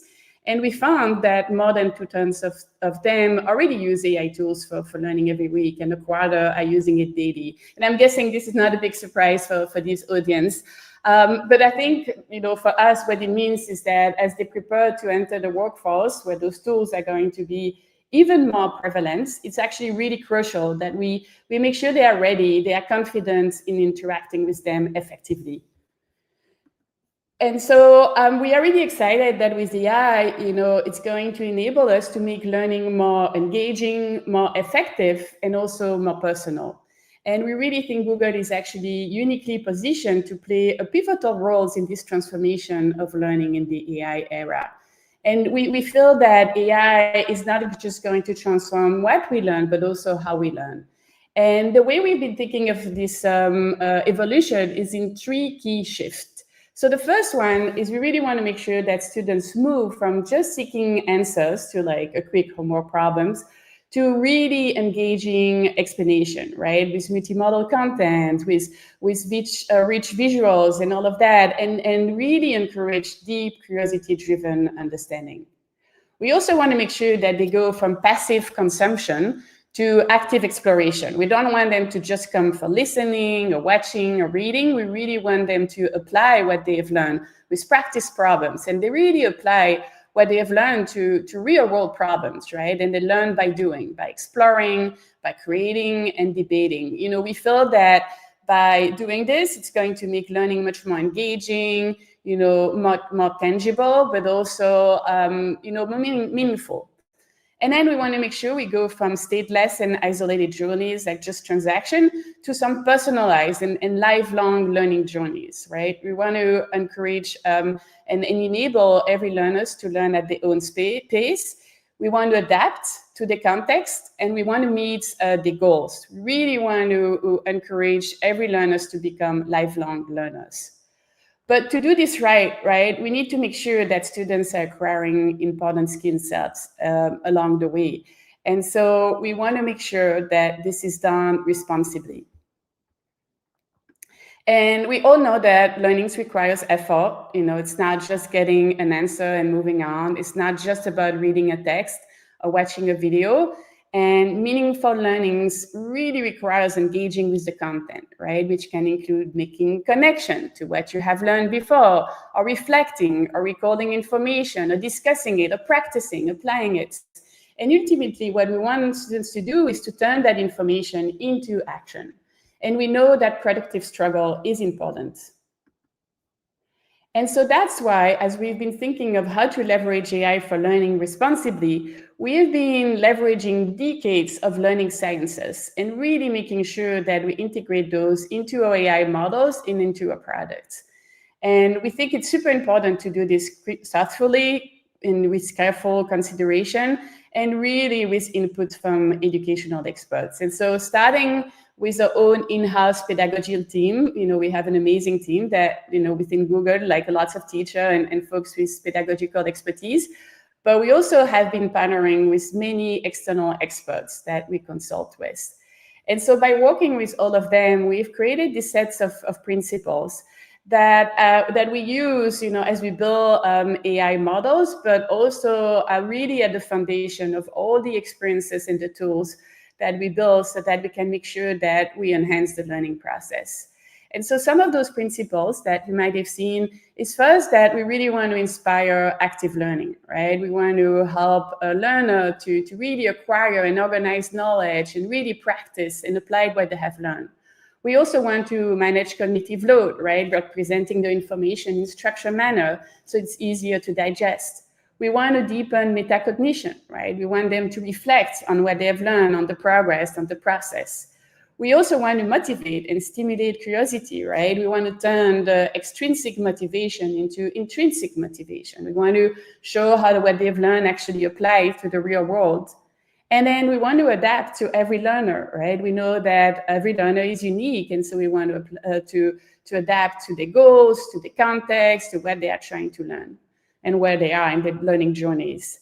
And then we want to prepare learners for the future, right? We know it's so important to build a critical skill set that will help them be like, citizen of the world. And so as we define those principles, as I mentioned, the big step is to make sure that we build foundational AI models that are purpose-built for learning right from the start, and really infuse those pedagogical principles as we build those models. We don't think it can be done as an afterthought. It cannot just be front-end. It has to be done deeply in the foundational model. And so last year, we actually introducing LearnLM, a family of models fine-tuned for learning, which is grounded in learning science principle and which is built in partnership with education experts. And the good news is that we have infused LearnLM directly into Gemini or foundational models and across our products. And so it really underpins all of the learning features that you will hear about today from Dave. And so at Google I/O, we announced that Gemini 2.5 is now the world's leading models for learning. It outperforms other leading AI models when it comes to adhering to those learning science principles. And we have seen that educators and experts actually prefer, if you go to the next slide, yes, perfect. No, next slide, 2.5 Pro over other offerings across a range of learning scenarios for supporting learner goals on key pedagogical principles. Great. And so with all this investment in pedagogy, right, that is so critical, we are excited that we'll be able to build a vision of creating a personalized AI tutor for every learner and really make sure that learning is effective and engaging for everyone. We really want to help students build the 21st century skill set, right? They are growing up in a world where AI tools are all around them, and we want to make sure they're equipped with both AI literacy, but also those crucial 21st century skill set that will enable them to become better problem solvers, thinker, and also communicator. And so on this, I will actually hand it to Dave, who is going to demonstrate how we've applied all those learnings across the products. Awesome. Thanks, Maureen. Yeah, I get to now show you how we took all of those amazing insights from educators, from the community, to help shape their products in a way that's helpful to you and your students. So we're going to walk through just some things in both Gemini and Notebook LM today. There are actually a ton of different back-to-school features that we've launched across Google and YouTube, in Gemini and Classroom that we'll cover. So first up, we've really been looking at ways that we can help students supercharge their learning with Gemini this year. What we found is a lot of times they're just a prompt away from an amazing learning experience. So we've tried to work to make it super easy to have delightful and helpful experiences with AI that are more personal, more interactive, and really embrace a lot of those learning science principles. So first up, one of the new tools that we're really excited about is guided learning. So guided learning is a tool that can help you take a topic, break it down, and really learn it. We know that learning is not a download of information, it's a dialogue. So you can actually see in this example, a student might be struggling with something like a physics problem. So instead of just getting that information, what it'll actually do is break it down into manageable steps. It helps bring in helpful visuals so you can understand a topic, and it actually asks you questions too. So students are encouraged to think critically about the topic and really get active in their learning as well. This really bridges that gap so they can activate their prior knowledge, they can apply what they're learning, and even get feedback in that process. I did note that try to not touch your microphone because it's making some background noise. Thank you. Can you hear me better now? Is it okay, Mark? Background noise, but okay, sounds good. Okay, thanks. So you can see in this example a little bit more closely the interactive conversation and guided learning that really makes it easy to learn. It makes it that active and engaging process. Guided learning is available to everyone, both in your EDU accounts as well as in consumer accounts, just by clicking the tool in the tool input bar right at the bottom too. We also heard from students that one of the key things is when they're learning something in class, sometimes they can feel almost embarrassed asking in class, but they'll turn to AI to understand something more deeply. They really want a safe space to learn and engage with the content themselves. So with Gemini, they can also they can get helpful visuals, helpful explanations. that help them make those personal connections to really understand and master the material. Got a big test coming up? Let Gemini help you get ready. Just ask for a practice quiz on any topic you're studying. Challenge yourself with a variety of question types and get instant feedback to see what you know and where you might need a little more practice. But studying doesn't have to stop there. Instantly create a set of flashcards based on your quiz results to easily review key concepts and definitions. So those are just some of the features that we've also added to Gemini to make it easier to study. So if you saw in that example, you can take any document, whether you have notes, whether you've given a study guide to students, whether you have a presentation, you can upload those into Gemini and get a personalized, grounded exam prep experience that walks you through, and you can actually check your understanding of the material. I know, so I was a former teacher. I would ask students to study for a quiz or a test, but I didn't always have the time to give them the materials to do that in an interactive and helpful way. Now they can take the contents they've already had, they can bring them into Gemini, they can go home and practice and make sure that they're ready for the test. And even at the end, get personalized insights into areas where they're doing well and areas where they can keep learning, and connect those to things like more learning experiences, more flashcards, more reviews, so they can really take control of their learning, understand what they are doing well and where they can keep improving. We've also made it easier in Gemini to understand a concept. A lot of times, like, a picture is worth 1,000 words, and some things absolutely require a visual. So just like, as a teacher, you might show a visual so that students understand a concept, whether it's an image, a diagram, or a video.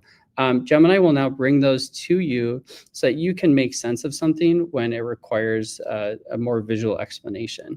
So we really think this helps bring learning to life for complex topics that really require that kind of visual aid. It'll bring it into the conversation so that you can more easily and intuitively understand the idea.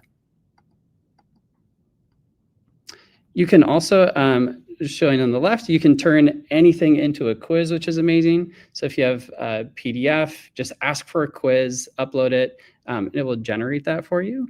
You can see the examples here. These are interactive. You get immediate feedback if you have it right or wrong. And then, sorry, the other one that's not loading right now, you can use deep research in Gemini. So with deep research, you can get, it's like a springboard for any research topic that you have. So when students are stuck, they don't really know where to start, how to find good resources. Deep research is an amazing way to learn about something, where you can enter in a question, and then deep research will go and actually go through hundreds of websites to analyze and understand a problem, synthesize that into a helpful report, and then give you all the links so you can dive deeper into that topic as well. This is amazing for everything from like an overview of something you don't know anything about to really niche topics. I was talking to a student last week who was studying a really specific area in history, and we worked together and asked this question, and it did an amazing job of finding really helpful resources and actually pinpointing detailed insights into that topic.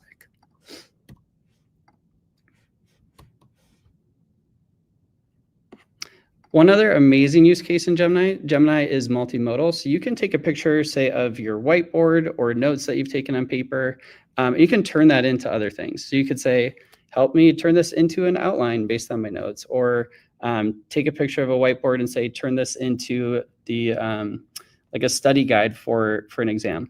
You can turn anything into anything else using those different multimodal capabilities. Super helpful. If you're like me and you have a hard time like reviewing all your notes, it can help organize them and make more sense of them. And those are all exportable to Google Docs. You can export them to Google Keep as well. All those things are connected so that you can take information and use it in different ways. Let's look now at Notebook LM. We have a ton of amazing new capabilities in Notebook LM this year. I'm sure everyone, if you're not familiar with Notebook LM, it is an amazing product from our Google team. It's basically an expert on your trusted information. So what you can do is ground it on your information, whether it's Google Docs, Google Slides, websites, audio, etc. And then you can do a ton of things with that. You can ask questions, you can get audio overviews, you can get reports, study guides, mind maps, All of this as a way to both understand and explore that information in an interactive way. So a few super exciting things that we have just added are bite-sized video overviews. So taking all of the contents that you've uploaded into your notebook, you actually create educational videos based on those specific sources with just the click of a button. So let me show you that real quick here. Okay, let's dive into the wild world of surrealism. What better way to kick things off than with Salvador Dali's Illumined Pleasures from 1929? And check out this piece from Renee Magritte. Okay, so to really get where surrealism came from, let's hit the highlights on a quick timeline.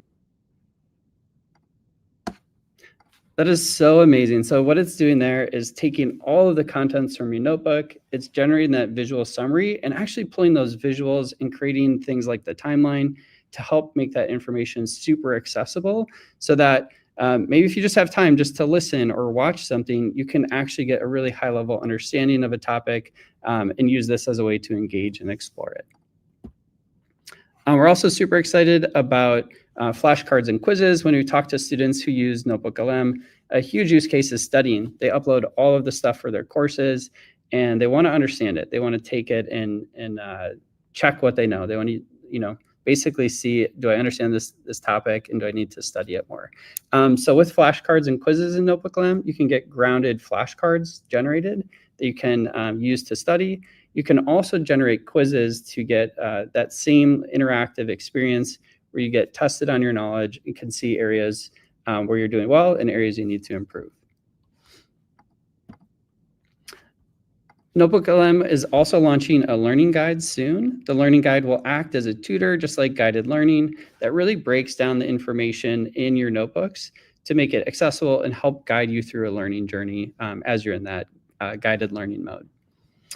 For notebooks with Teacher in the Loop too, which I'll show in a second, teachers will be able to help students default to this learning guide mode so that when they come there, they get that sort of tutor-like experience in the Notebook LM instead of just the open chat window where sometimes you wouldn't know what to ask to help have that learning experience. Okay, with Google Classroom, there are a ton of amazing updates tool. There are a whole suite of generative AI tools for teaching and learning and our AI tools for educators. These help you do everything from generating content and resources with help from Gemini, all in a central destination within Classroom. This is available for free for everyone. So if you go into Classroom and go to the Gemini tab for educators, you have access to all of these tools that can do everything from helping you create a quiz and export that to Google Forms to things like creating sample texts or generating different resources for your instruction. So amazing offering here. Definitely check this out if you have not seen that yet. Another example in here is generating lesson plans within Gemini. So with this, you can enter in your target grade level, what you're teaching, and you're always in the loop as a teacher. So you get to edit it, refine it, make it fit for your way of teaching, how you want to teach for your classes. So a ton of amazing capabilities there as well. There's also starter prompts for the Gemini app. What these will do is when you click on one of these tiles, it'll actually bring you into the Gemini app. Here you can leverage all the capabilities of Gemini, including like image generation or Gemini Canvas, which lets you collaboratively work in a doc. All of that is available right there, starting from Classroom and then going right into Gemini. You can also get help with Gemini from Gemini throughout Google Classroom. So wherever you need the help, whether you are generating a story for reading practice, getting suggested feedback for writing, or converting rubrics during assignment creation. I know rubric creation is really tough and painful in Google Classroom. This makes it easy. So if you want to use a rubric, you're just a click away from getting that help from Gemini that is embedded in your workflow and can help you more quickly get to an awesome rubric or an awesome story that you can assign to your students.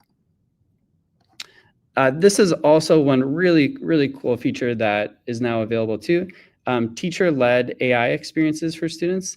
What this will let you do is you can actually take the materials in your Google Classroom, you can select those and then create a notebook that grounds on those materials. So this is a way to connect all of the instructional resources you already have with the amazing powers of Notebook LM. There's also gems in Google Classroom. Gems are like the custom experts on any topic grounded in your materials that you can assign to students as well. So both of those are taking what's possible with Gemini and Notebook LM and connecting it with your classroom and teaching workflows. So many updates. We're super excited for you to use them and to give us feedback. Let me pass it back to Maureen, who can share a little bit more. Thanks, Dave. Yeah, I know this was a lot of announcement, but also, I think just showing the tip of the iceberg of everything we do at Google to really help learners learn more effectively. As I mentioned, learning is really core to the Google's mission. It's in our DNA, and so it's been exciting to really leverage AI to transform how people learn. And we're excited. The future of learning is here. It's an exciting time for all of us, and it's going to be deeply personalized. And I think the tools like guided learning really show how we can enable every learner to have access to a more personal tutor that really understand their unique needs, that help them and guides them through challenges and really adapt to their goals, which we know is so important. And, we are excited that AI can really unlock the unique creativity and potential within every learners. So thanks a lot for joining. I see there's a lot of questions on the chat, and I think we have a few more minutes, so maybe we can take a few of them. Hey, would you want me to pick out a few questions and put them to you? Sounds great. That's so good. Yeah. Okay. Let's have a look at some of the questions.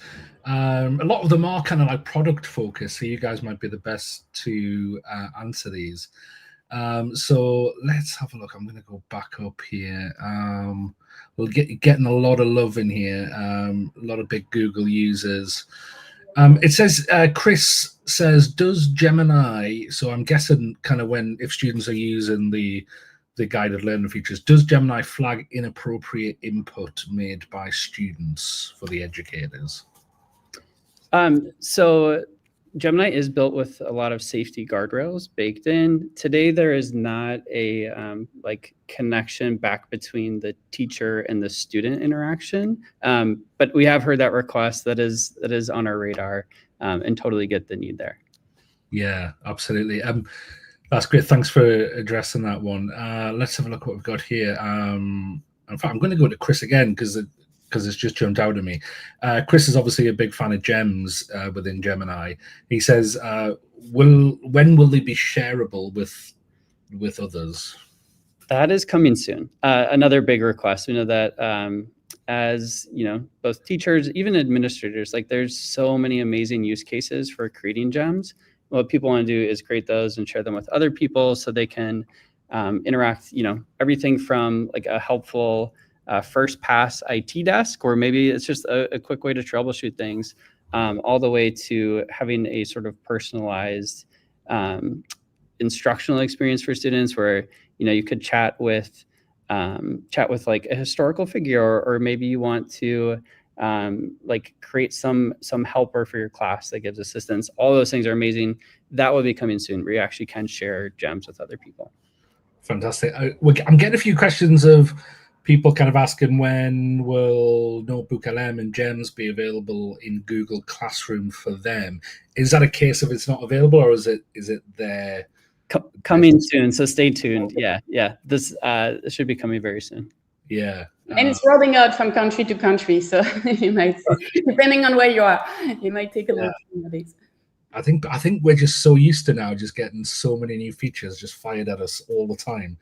People are like, give it to me now, please.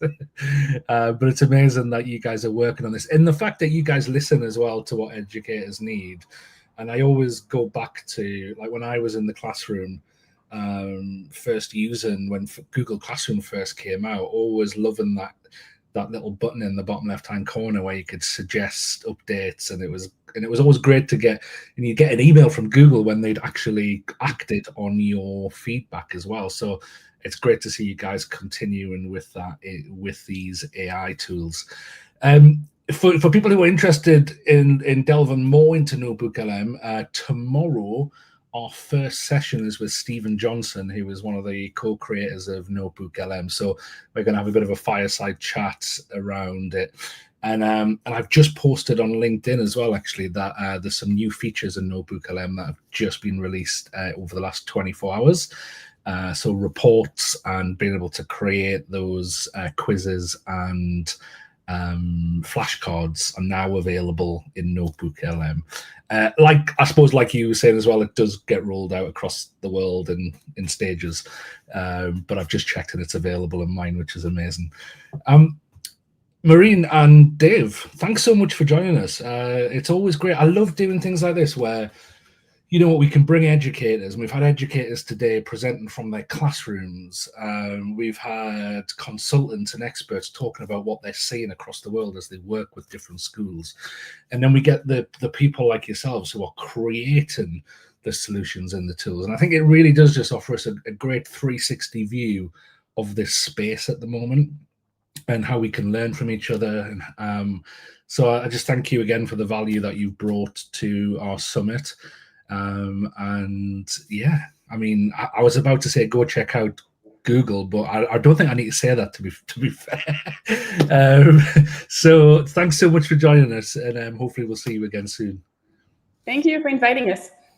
Take care. Thanks, Maureen. Thanks, Dave. Okay, we are coming to the end. That's another day gone. You know what? I was thinking about this the other day because last year the summit was like 3 hours long on one day, and now we're doing 3 hours on 4 days during the week. And I was thinking, because normally when I go to an AI event, I'm normally keynoting. So I'm part of the presentation. So I was kind of thinking yesterday when I first started, what am I going to do? Because I'm just going to introduce people and then sit back for a bit.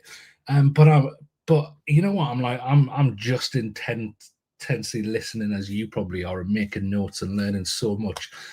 So again, a big thank you to all of our presenters from today. Please join me in thanking them for giving up their time for you. And I think that's another great testament to the educator community, that we give up time for each other. We want to share. We don't just want the best for the students in our school, we want the best for students around the world. So we're willing to share all of this. Google as well. I've also contributed to our new book, The Educators 2026 AI Guide. Shantanu, who is the Vice President at Google for Education, it's got a piece in there, as well as many other of our presenters from today. We are going to give one of these away in about 2 minutes, so stay with us, because I'm going to announce who has won one of our books for today. But before I do that, I just want to really thank all of our partners. We got Brisk, Teaching, Everway, Grammarly, Magic School, QuizGecko, School AI, ThingLink, Toddle, Google for Education, ScreenPal, Seeds by Zaka, and Snorkl. Honestly, we couldn't do this without them. They make it so that I can spend not just this week, but the weeks in preparation leading up, spending time on this. And we can offer it for free to you. So a big, huge thank you to them. Tomorrow we're not slowing down, and we're not letting up. So we've got Stephen Johnson first thing at 9 a.m. if you're on Eastern US time, 2 p.m. British time. Work it out wherever you are. Same time tomorrow. Stephen Johnson is going to join us for a half-an-hour chat around Notebook LM and innovation.